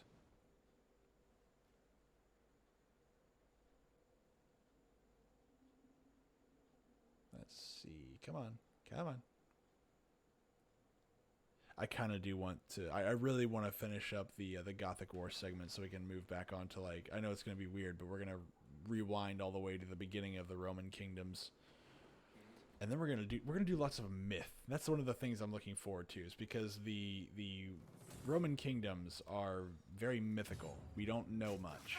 And so it's not until, I would say, mid to late Roman Republic where we start getting more consistent... historical documentation. But, like, why are you wavering in loyalty again? Why are you wavering in loyalty? You bugger. Secure that loyalty. Secure that loyalty.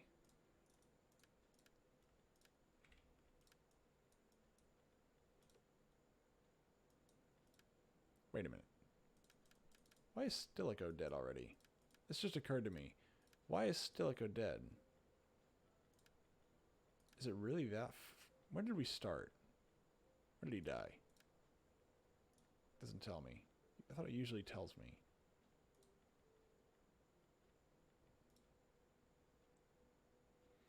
No, fucker. Where the hell have you been? Come on, man.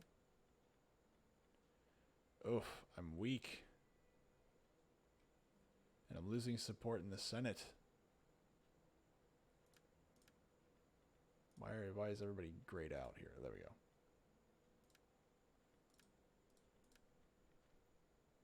Let's see.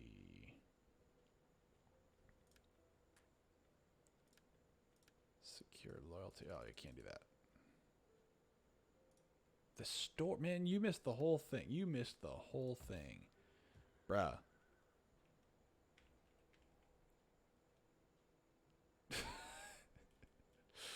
Fair enough. It depends on the white people, though. You know? Some white people are alright.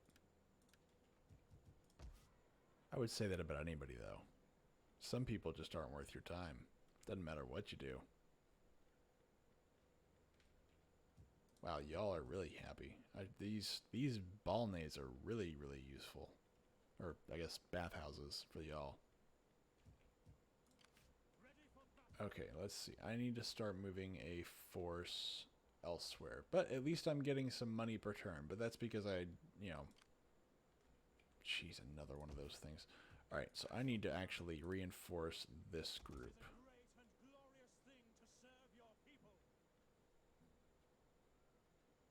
Oh, with people. I'm sorry. Hey, look, man. What do I mean, white people? I mean, you know what I mean. White people. I thought you were being weird, man. I was like, oh, alright, whatever. That was my bad. I misread. I'm tired. But no, sometimes I don't want to deal with anybody. Doesn't matter who they are. Oops. Nope, not that. Y'all are level 1, level 2.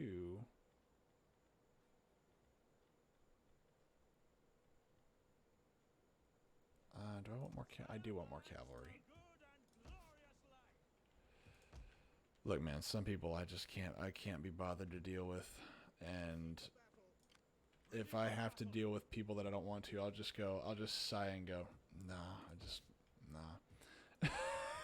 And walk away. Like, y'all are on your own. I can't help you. There's nothing I can do to help y'all. 72 food. Okay, that's why y'all have fishing jetties. Do y'all need more repression? I don't think you do.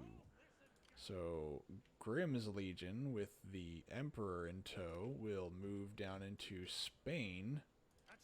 And we're going to rescue Spain from the clutches of these bad people.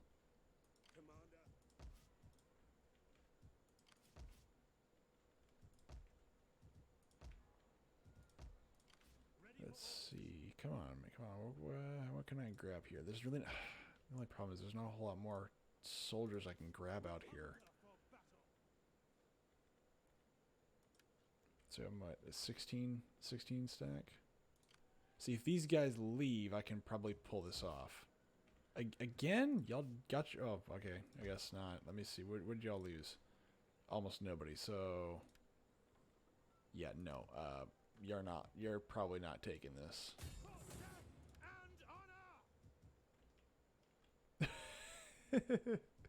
It's not technically it's not true. Alright, let's see. Can I take Regium now? Oh, well, now they left Regium. You left Regium, you buggers. There was an army here. I guess it's mine now. I don't meet many Spaniards where I am. I can't say that I know where they are. Ooh, do I want to subjugate? No, I want to occupy. I need to keep... Whoa, don't do that. I need to keep Rome under Roman rule. Now, the next problem comes into the fact that they're not going to make me any money. And they're probably very, very, very unhappy.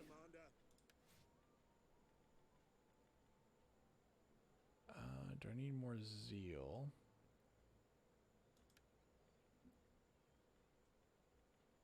I really don't like these household things. They're terrible.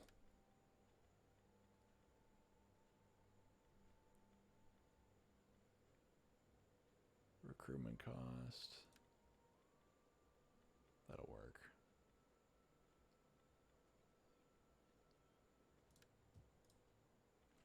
Now let's upgrade that.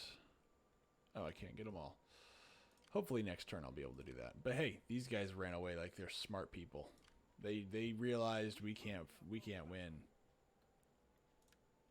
As everyone should realize when they're fighting me. Well, unless you're obviously the aliens in XCOM, I am still taxing people because for some now, if we want to play a Mimi game, a Mimi version, what we do is we play the Eastern Romans, and I have zero interest in actually beating the game, and I have 100% interest in exploiting their treasury unique ability. So the Eastern Romans get, or sorry, the Western Romans get a boost to trade income as well as the Eastern Romans, but the Eastern Romans get 5% of their treasury returned to them. So you can actually lower taxes to essentially zero and make tons of money late game. Now, early and mid game, you're building, and all you're doing is focusing on economy. You basically just need to hold on to your core provinces and just keep building and building and building and building that. Why were the Jews attacking me? Why? I mean, I can make a lot of really horrible jokes here, but I'm not going to because, well, I don't know. Why aren't I? I don't know. Maybe I should make those jokes. I don't know. Oh, jeez. Okay, well, at least he's a good person. Well, I am tired, so it's very possible that I could just be blathering on. But you, on the other hand... But I'm curious as to why the Jews want to go to war with me. It's like, you over there. Oh, yeah? It's like, we don't like you. Oh, what'd I do? You exist. Oh, I'm sorry. Hey, the Western Roman Empire at this point has been thoroughly cucked more than once, so, you know. Do I have the man... Fucker, does your legion have the manpower to take on the rebels? I'm not even sure they do. We'll find out in, like, a turn or two. Oh, god dang it. You're not even going to come after me. You're going to go to Rome. Awesome.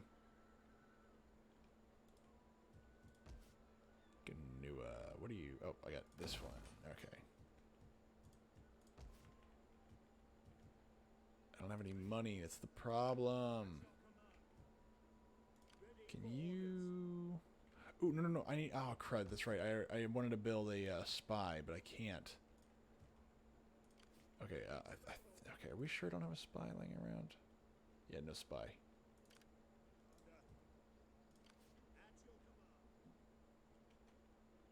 You know what? I would steal their yarmulkes again.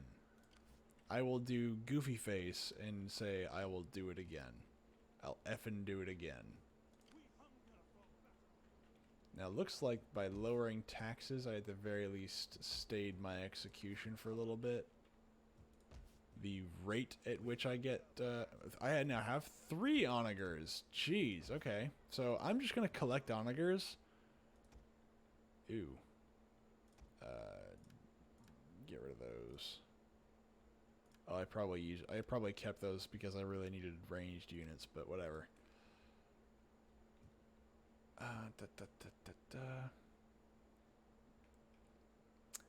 That sounds somewhat entertaining, I won't lie.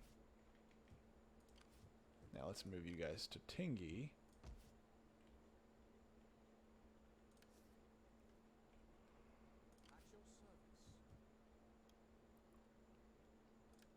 Definitely. Let's Christianize this place.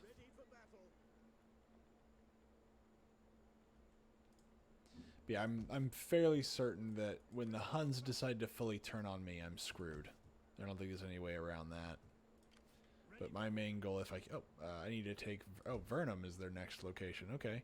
If I can take Vernum and take it away from them, I think a lot of the public order problems I have from... Where is it?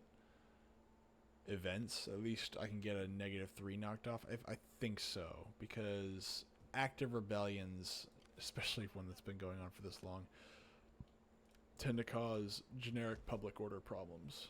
You can imagine where, you know, when you spend a year locked up in your home and half of the population decides to burn down the other half of the population, it tends to cause some friction. You can imagine that. I mean, I know it's difficult. I know that would never happen anywhere in the U.S., and I know that no one has any relative like point of view on that. That is because we just don't have it, right? I mean, we don't have riots in the United States. I mean, come on. There's no active rebellions or anything.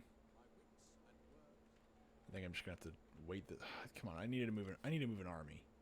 I can't just have an army sit here and do nothing. But oh, Britain's over there. Okay, I'll tell you what, Britain. Can we have an alliance, Mr. Britain?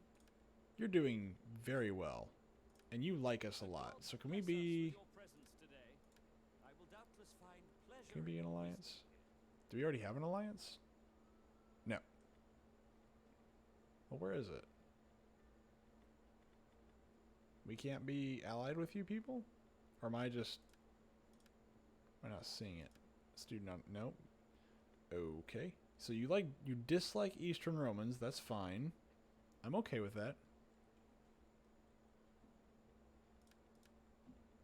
I know a guy who actually went to live and work in Hollywood because he wanted to be an actor, and I was like, oof.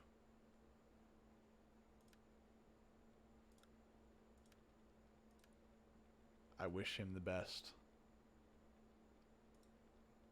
So I guess I cannot be friends or cannot be military allies with the Britons, which is weird.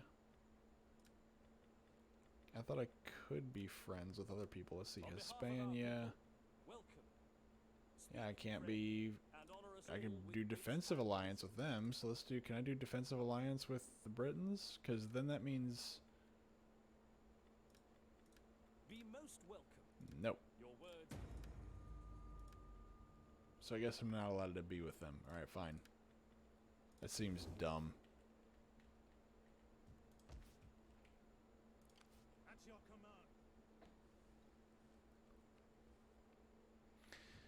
Yeah, is that one scene I put in the Discord? Is that scene in that movie? That one scene where like she just throws a spike down onto that thing and blows up and, you know, T-poses her way to death. Let's move you up here. I want to try and get Argenteratum back in the fold. I really wish I had an onager though. That would probably help. Ready for battle. Oh, I bet. I mean, it's the Black Widow movie, and the promo for the whole thing that I always heard was, was the main actress, whatever her face, going, I don't like being objectified. I was like, that's your whole character.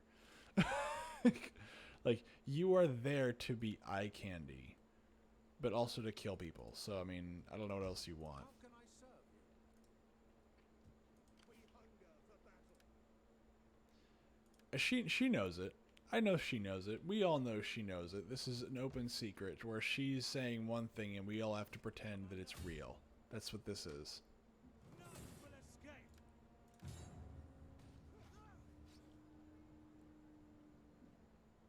That's most actresses. Actually, that's probably all actresses. Somebody finds them very attractive and that's the end of it. Ready for orders. Alright, so now I got Carthage back under, or sorry, Africa back under control. And you are going after Constantina with a full stack. Alright. I love Doom stacks. Doom stacks are my favorite. I was actually playing Empire Total War the other day, and I realized how like rare it was to get a Doom stack on your doorstep because it costs money. It costs real like cash to have a stack that large. It's better to have a bunch of smaller armies versus, you know, a bunch of big armies. Governor, let's see. Governor, can we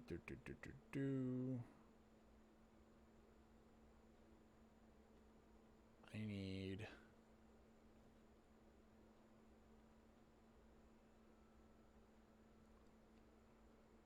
definitely want that. Definitely want that. Governor. Definitely want that. Definitely want that. Let's see. Building. Sanitation. Absolutely. Morale first 10.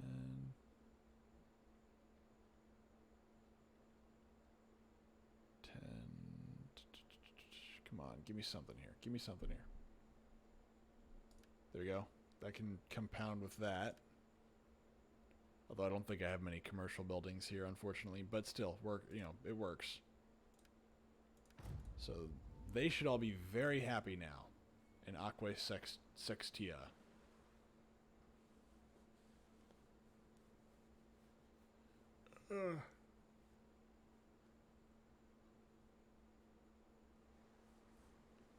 Man. So what happened today? Anything crazy? Oh, jeez. Anything crazy important happened today for, like, the world? I know the world's always on fire, but, you know.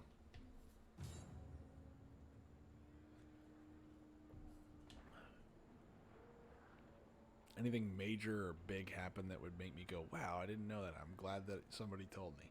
Because as far as I know, the only thing that's happened is that the past few days has been, well, I know that what is it? I know that there's been a press conference with the what's her face?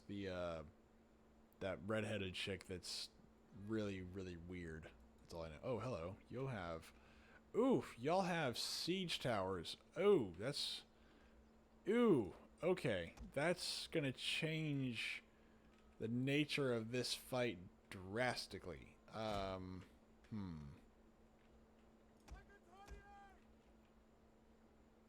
Look, redheads can have fun. She's just not one of those that can.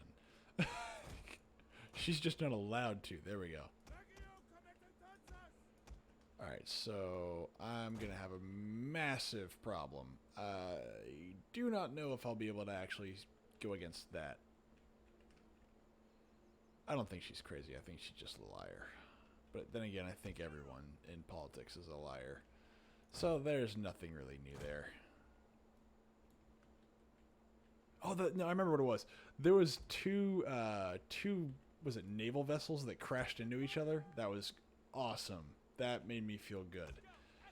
I need to figure out what I'm gonna do here. I am at a disadvantage, but they've got they've got is that a battering? It's a battering ram. God darn it. Okay, so I've got 1, 2, 3, 4, 5, 6, 7, 8 ladders, 4 siege towers, and a battering ram. Okay, the odds of me being able to hold them off at the walls is essentially non-existent. There's no point. But what I can do is maybe hold them off at the inclines.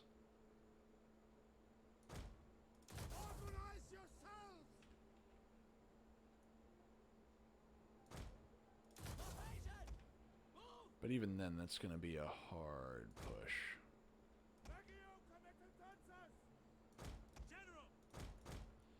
And my governor's here with me, which means we really need to win.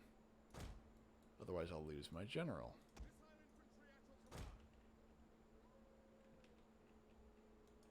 Let's move you guys out here just for now.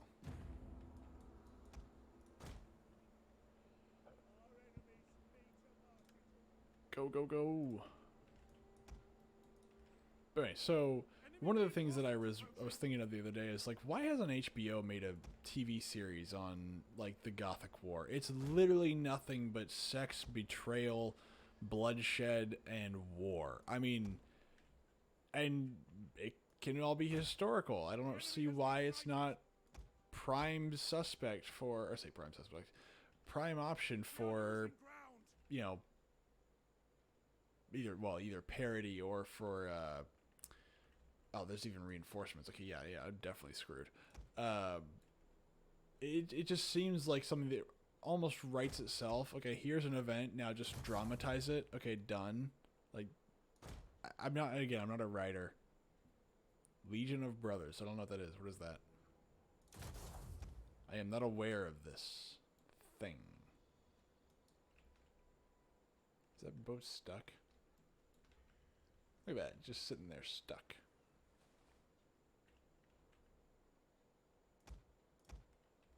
We're gonna scooch this forward a bit because I already know the outcome of this fight. I lose. Ah. Legion of Brothers. Ah, I see, I get you. Now I get it. There's not really many of those. Most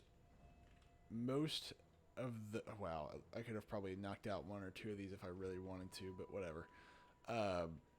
Most of the... Why do you have fire arrows? What are you doing? No, stop. Why do y'all have default fire arrows? Stop it.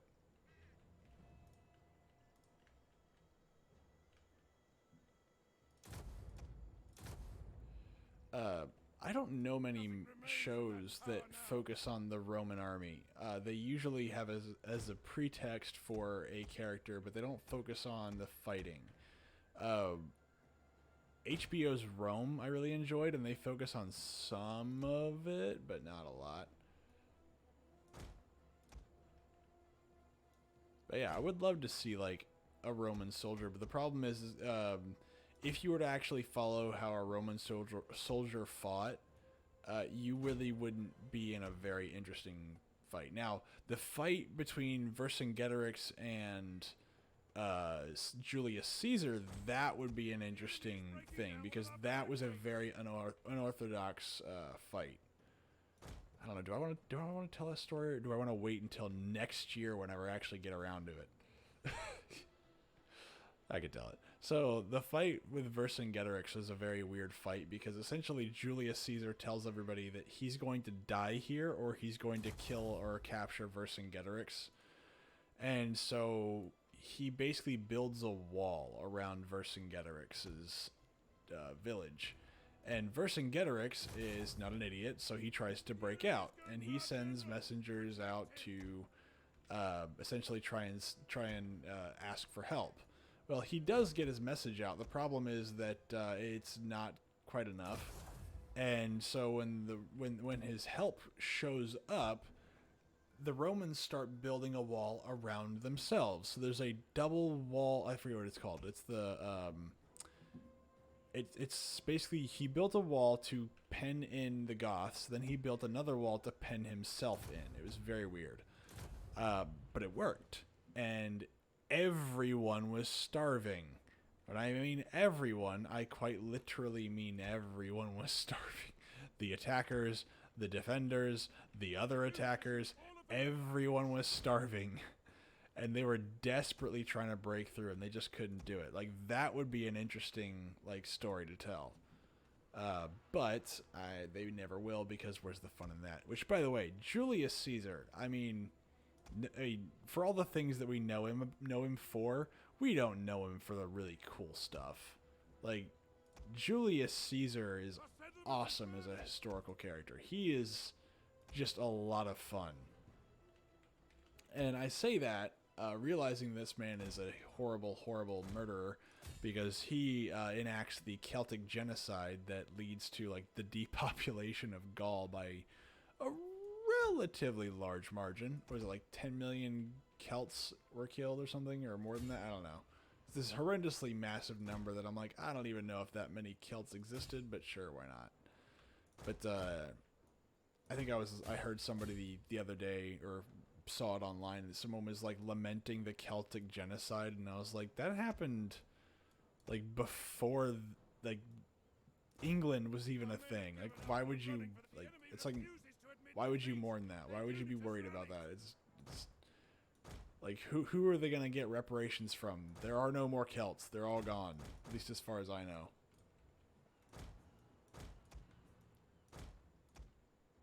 Come here. Come here. Come here. You know you want to. Come on. Come on. I need to just hit those guys in the back. Come on. Stop it. Stop it. Alright, that works. Nothing remains of this unit now. Haha. But yeah, if you haven't seen the HBO show Rome, I would recommend it. It's a lot of fun if you like dramas. I think it does a pretty good job of what it's supposed to be doing. Now, the only real sad part I have about it is the fact that it only gets 2 seasons, so it really... The original writer was supposed to say that he wanted to take it into the reign of Tiberius and the birth of Christ, and I think that would be really cool. But unfortunately, they basically cut his budget and his funding, and I think like halfway through the 2nd season, they told him that he wasn't going to get a 3rd. And I was like, dude, this show's actually really good. I mean, HBO is hit and miss with me, but I really, really liked it. I really liked that movie. Or sorry, that show. But, you know, like every show that deserves another season, of course it never gets one. Go, go, go, go, go. Crap. I don't actually... Oh, did y'all break through? Oh my god, they broke through. Oh no. Oh no. No! Well, this is it. It's all or nothing now. Crud. The men have broken and are fleeing. Crud. The enemy refuses to admit defeat. Their unit has rallied. Yeah, y'all are gonna die. Sorry, dude. Our men are rallying. They're not done yet. No, they are not, because there's nowhere to go. We either win or we die, and we are all gonna die. Oh, wait. Maybe. If we can somehow... If I can pull this off, it'd be incredible, but I really doubt... Oh, no, y'all are already breaking. It's not gonna happen. It's not gonna happen tonight. Ugh. Our men have given up and are running for their lives. Come on, give me...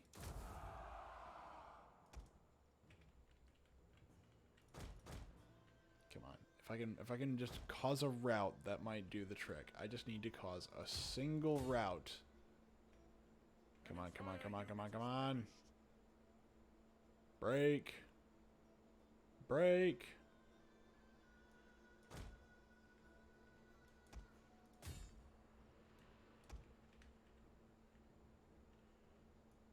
Break. The men are wavering. The No. men are broken and running for their lives. Fantastic. What is that? Very heavy melee infantry. Okay, yeah, no, I'm not going to be able to fight that.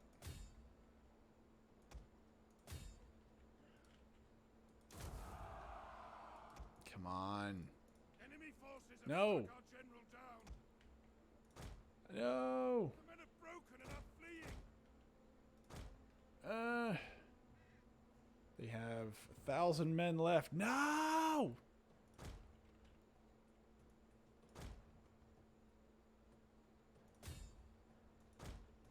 Crap. Alright, come on, come on. Let's... No! Our men have given up and Crud. Well, it is what it is, you know? You can't win them all. I'm just gonna lose more and more.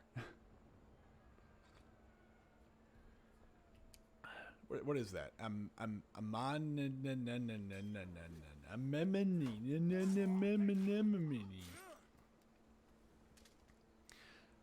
If only I wasn't me, I would be able to win.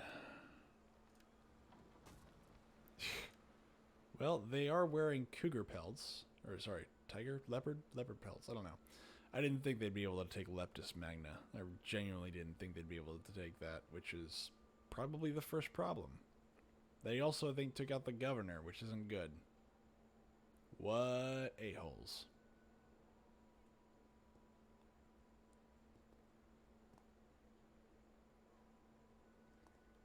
Ooh, look, Eastern Romans coming to help us out. That's always nice, right?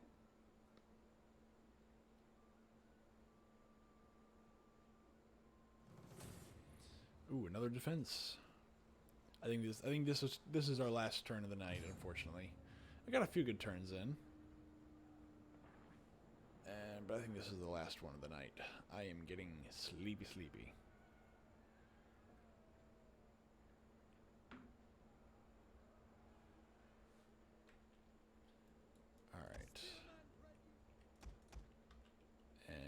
guys, I want you out here just like last time. There we go. And we're going to pull out the old classic formation of just throwing my guys right here. I know it's an oldie, but it's a goodie, and it works. Organize yourselves! And let's put my archers right here. Okay.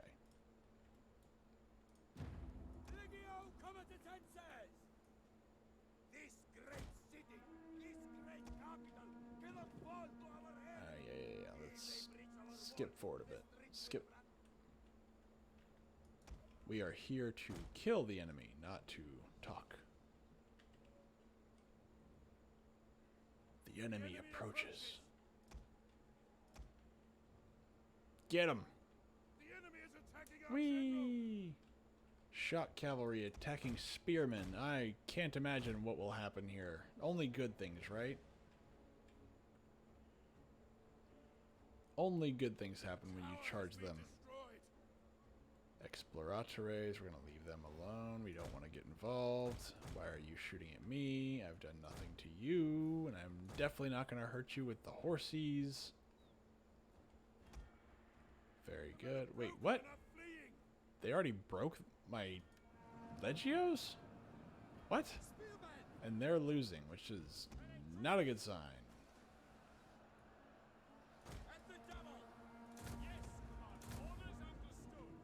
That is definitely not good. That is the opposite of good. That is bad. That is very, very bad. The men are broken and running for their lives. Oh my gosh, we are... Jeez! What do they have? Good lord, they managed to break 2 units within, what, a couple seconds of each... Even on, like, the really fast rate that I've got the game on, that's really fast to break a unit. They must have just been pelting them the entire time. Those should be the spearmen. Or are you... Is that it? Is this what did it in? Hold on, let's see here. I can't really quite see the entire length.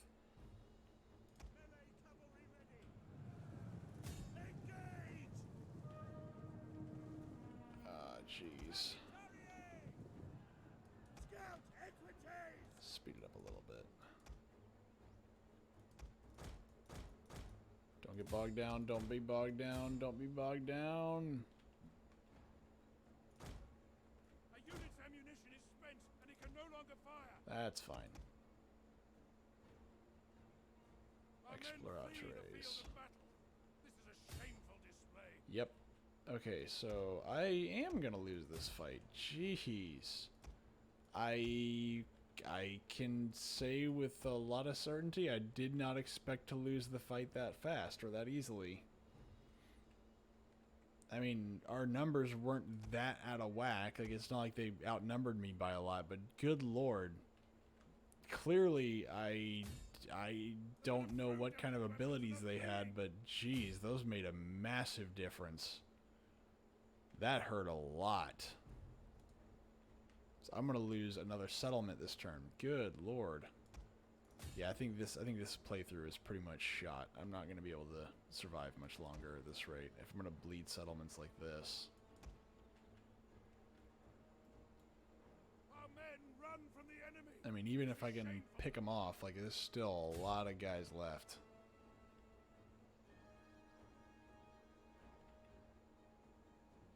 Come on, horsies. Go kill them. Go kill them. I'll take it back. If I can knock these guys out, I might have a chance. But I gotta knock out these little buggers first. The men are broken and running for their lives. Don't break yet. Don't break all the way. Crud. I needed something for my hammer to run into. The battle is no longer in our favor. The batter's... What? Now? It's not been in our favor since the beginning.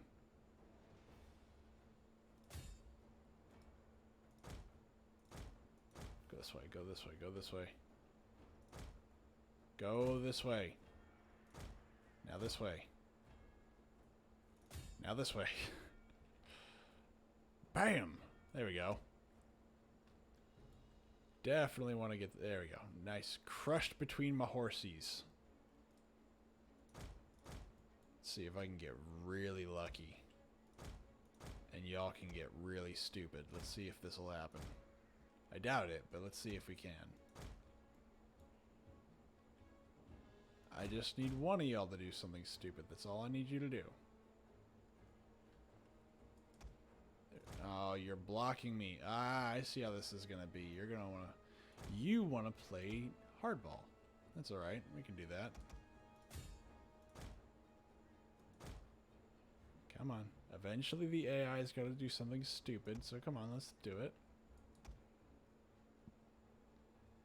I really need it to be one unit. I can't attack from both sides. Not like this.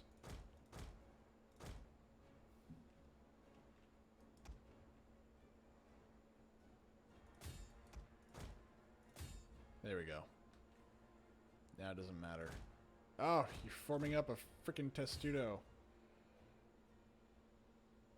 Come on, come on, come on. Break, break, break, break, break, break, break, break, break, break, break. Just break.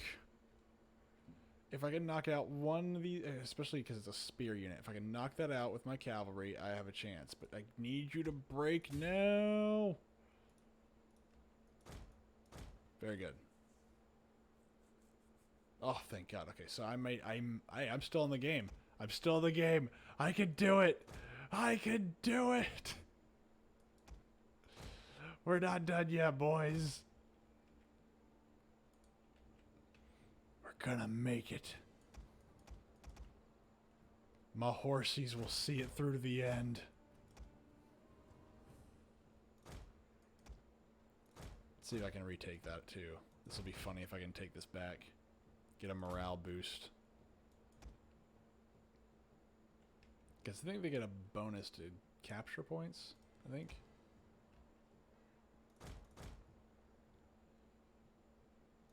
Yeah, let's... Oh, yeah, they do. If they get a massive bonus to capturing. Okay, so that's good. Let's get that capture bonus. Let's get that morale right up there. All right. Next...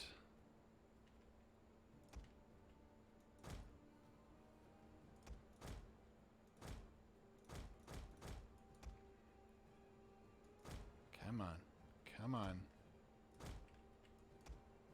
I'm not letting you take this city just yet. And you've got 73 and then 149. So I'm probably going to have to just do a couple of drive-bys on these guys.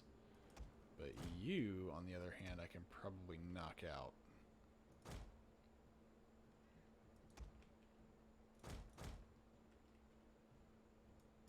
Yes. Yes. Come here. Come here, you little buggers. Come on, come on, come on, come on, come on, come on. Boom. Oh, please tell me they got him in the back. Yes. Alright, so I forced them that way. So I just need to do the same thing to them. I need to hit them in the back or the side. I need to bait the crap out of them. Alright, so yeah, this is this fight's turning around. And is there a timer? I don't even know. Did I eliminate the timer? It's very possible I eliminated the timer. Come on. Come here. You know you want to. This is still going to be hard. These are super heavy infantry. Oh, and y'all are going to sit right there, aren't you? Oh, no, you're not. Okay, very good. This is still super heavy infantry versus my little light scout knight peoples.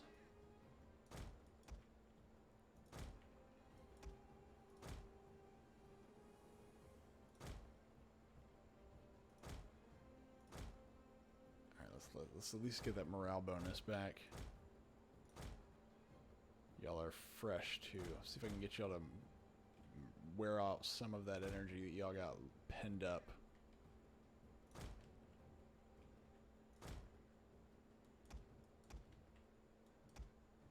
Come here.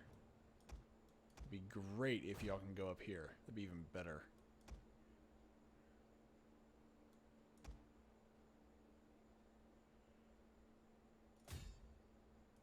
Go, go, go, go, go, go. Alright, this way, this way, this way. Now behind. Go, go, go, go, go. Boom. 102. Who am I? Who's losing? Come on, come on. 94. Men are wavering. Crap. No! Our men flee the No! No! Jeez. Oh, I did so much damage to him. God darn it. Well, now I'm not going to be able to get behind him, but that's gonna hurt me in the long run. Come on, come on, come on. I can do this. Just do a bunch of hit and runs. Now run. That hurt a lot of them, but that hurt me just as much. Good lord. Is it gonna be enough? I don't know. Please go to that point. Y'all are forming into a shield wall.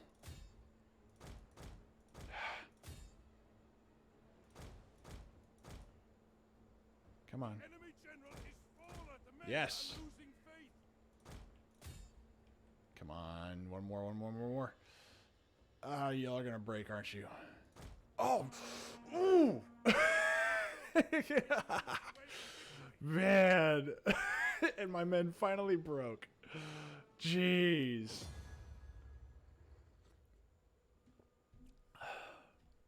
That's pretty intense. I'm really happy about that.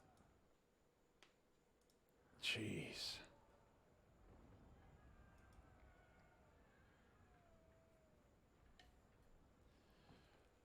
Man, I barely won that fight. Oh my gosh. Annihilated the entire garrison, but you know what? I win!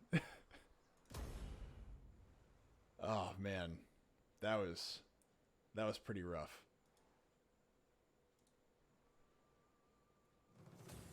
I'm just gonna auto-resolve that. That's why you're there.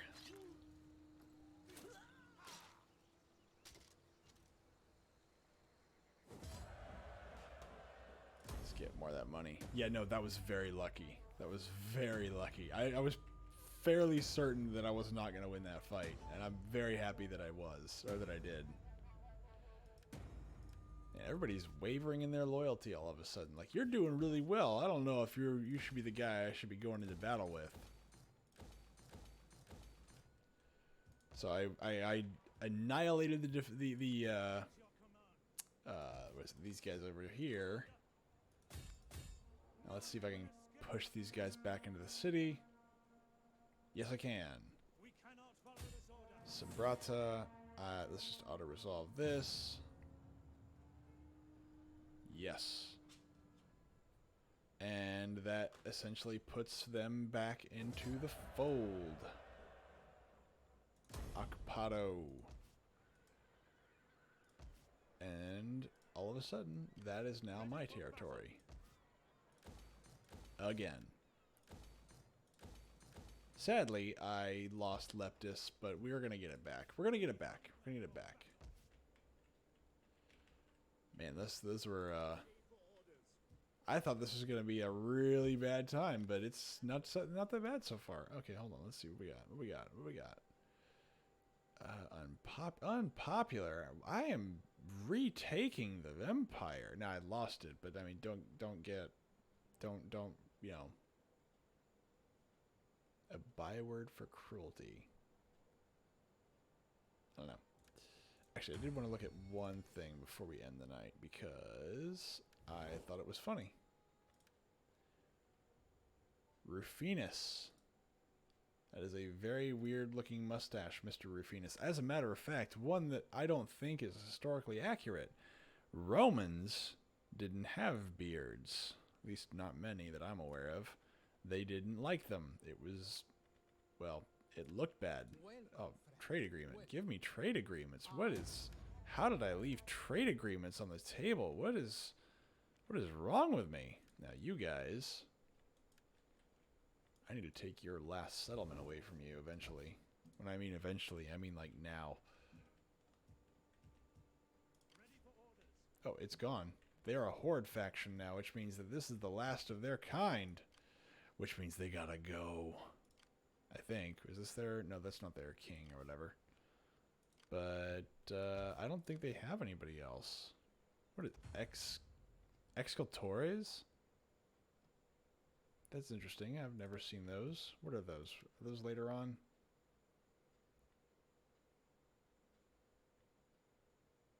Preventatores. Where's Excultores? What are those? Are those like way down here? No.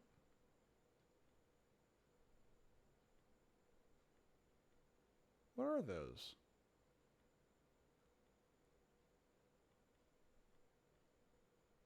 Huh.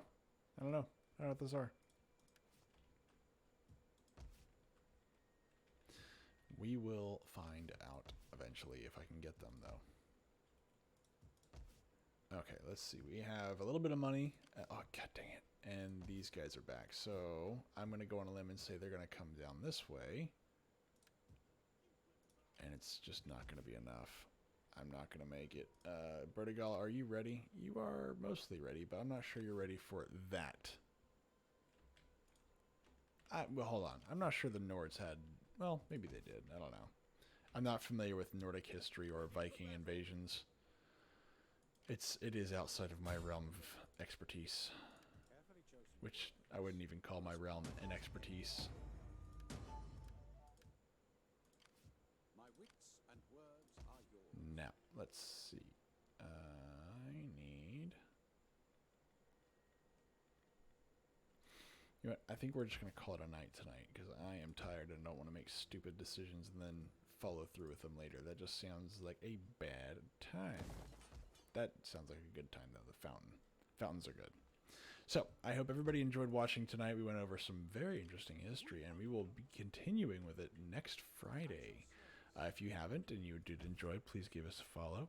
And we do have a link for my Discord down below where you can join us and just shoot the crap with us. Or, if you want to, you can just kind of pop in and just say hi. So, we hope you all had a fun time tonight. I will see you all again tomorrow evening. Have a good night.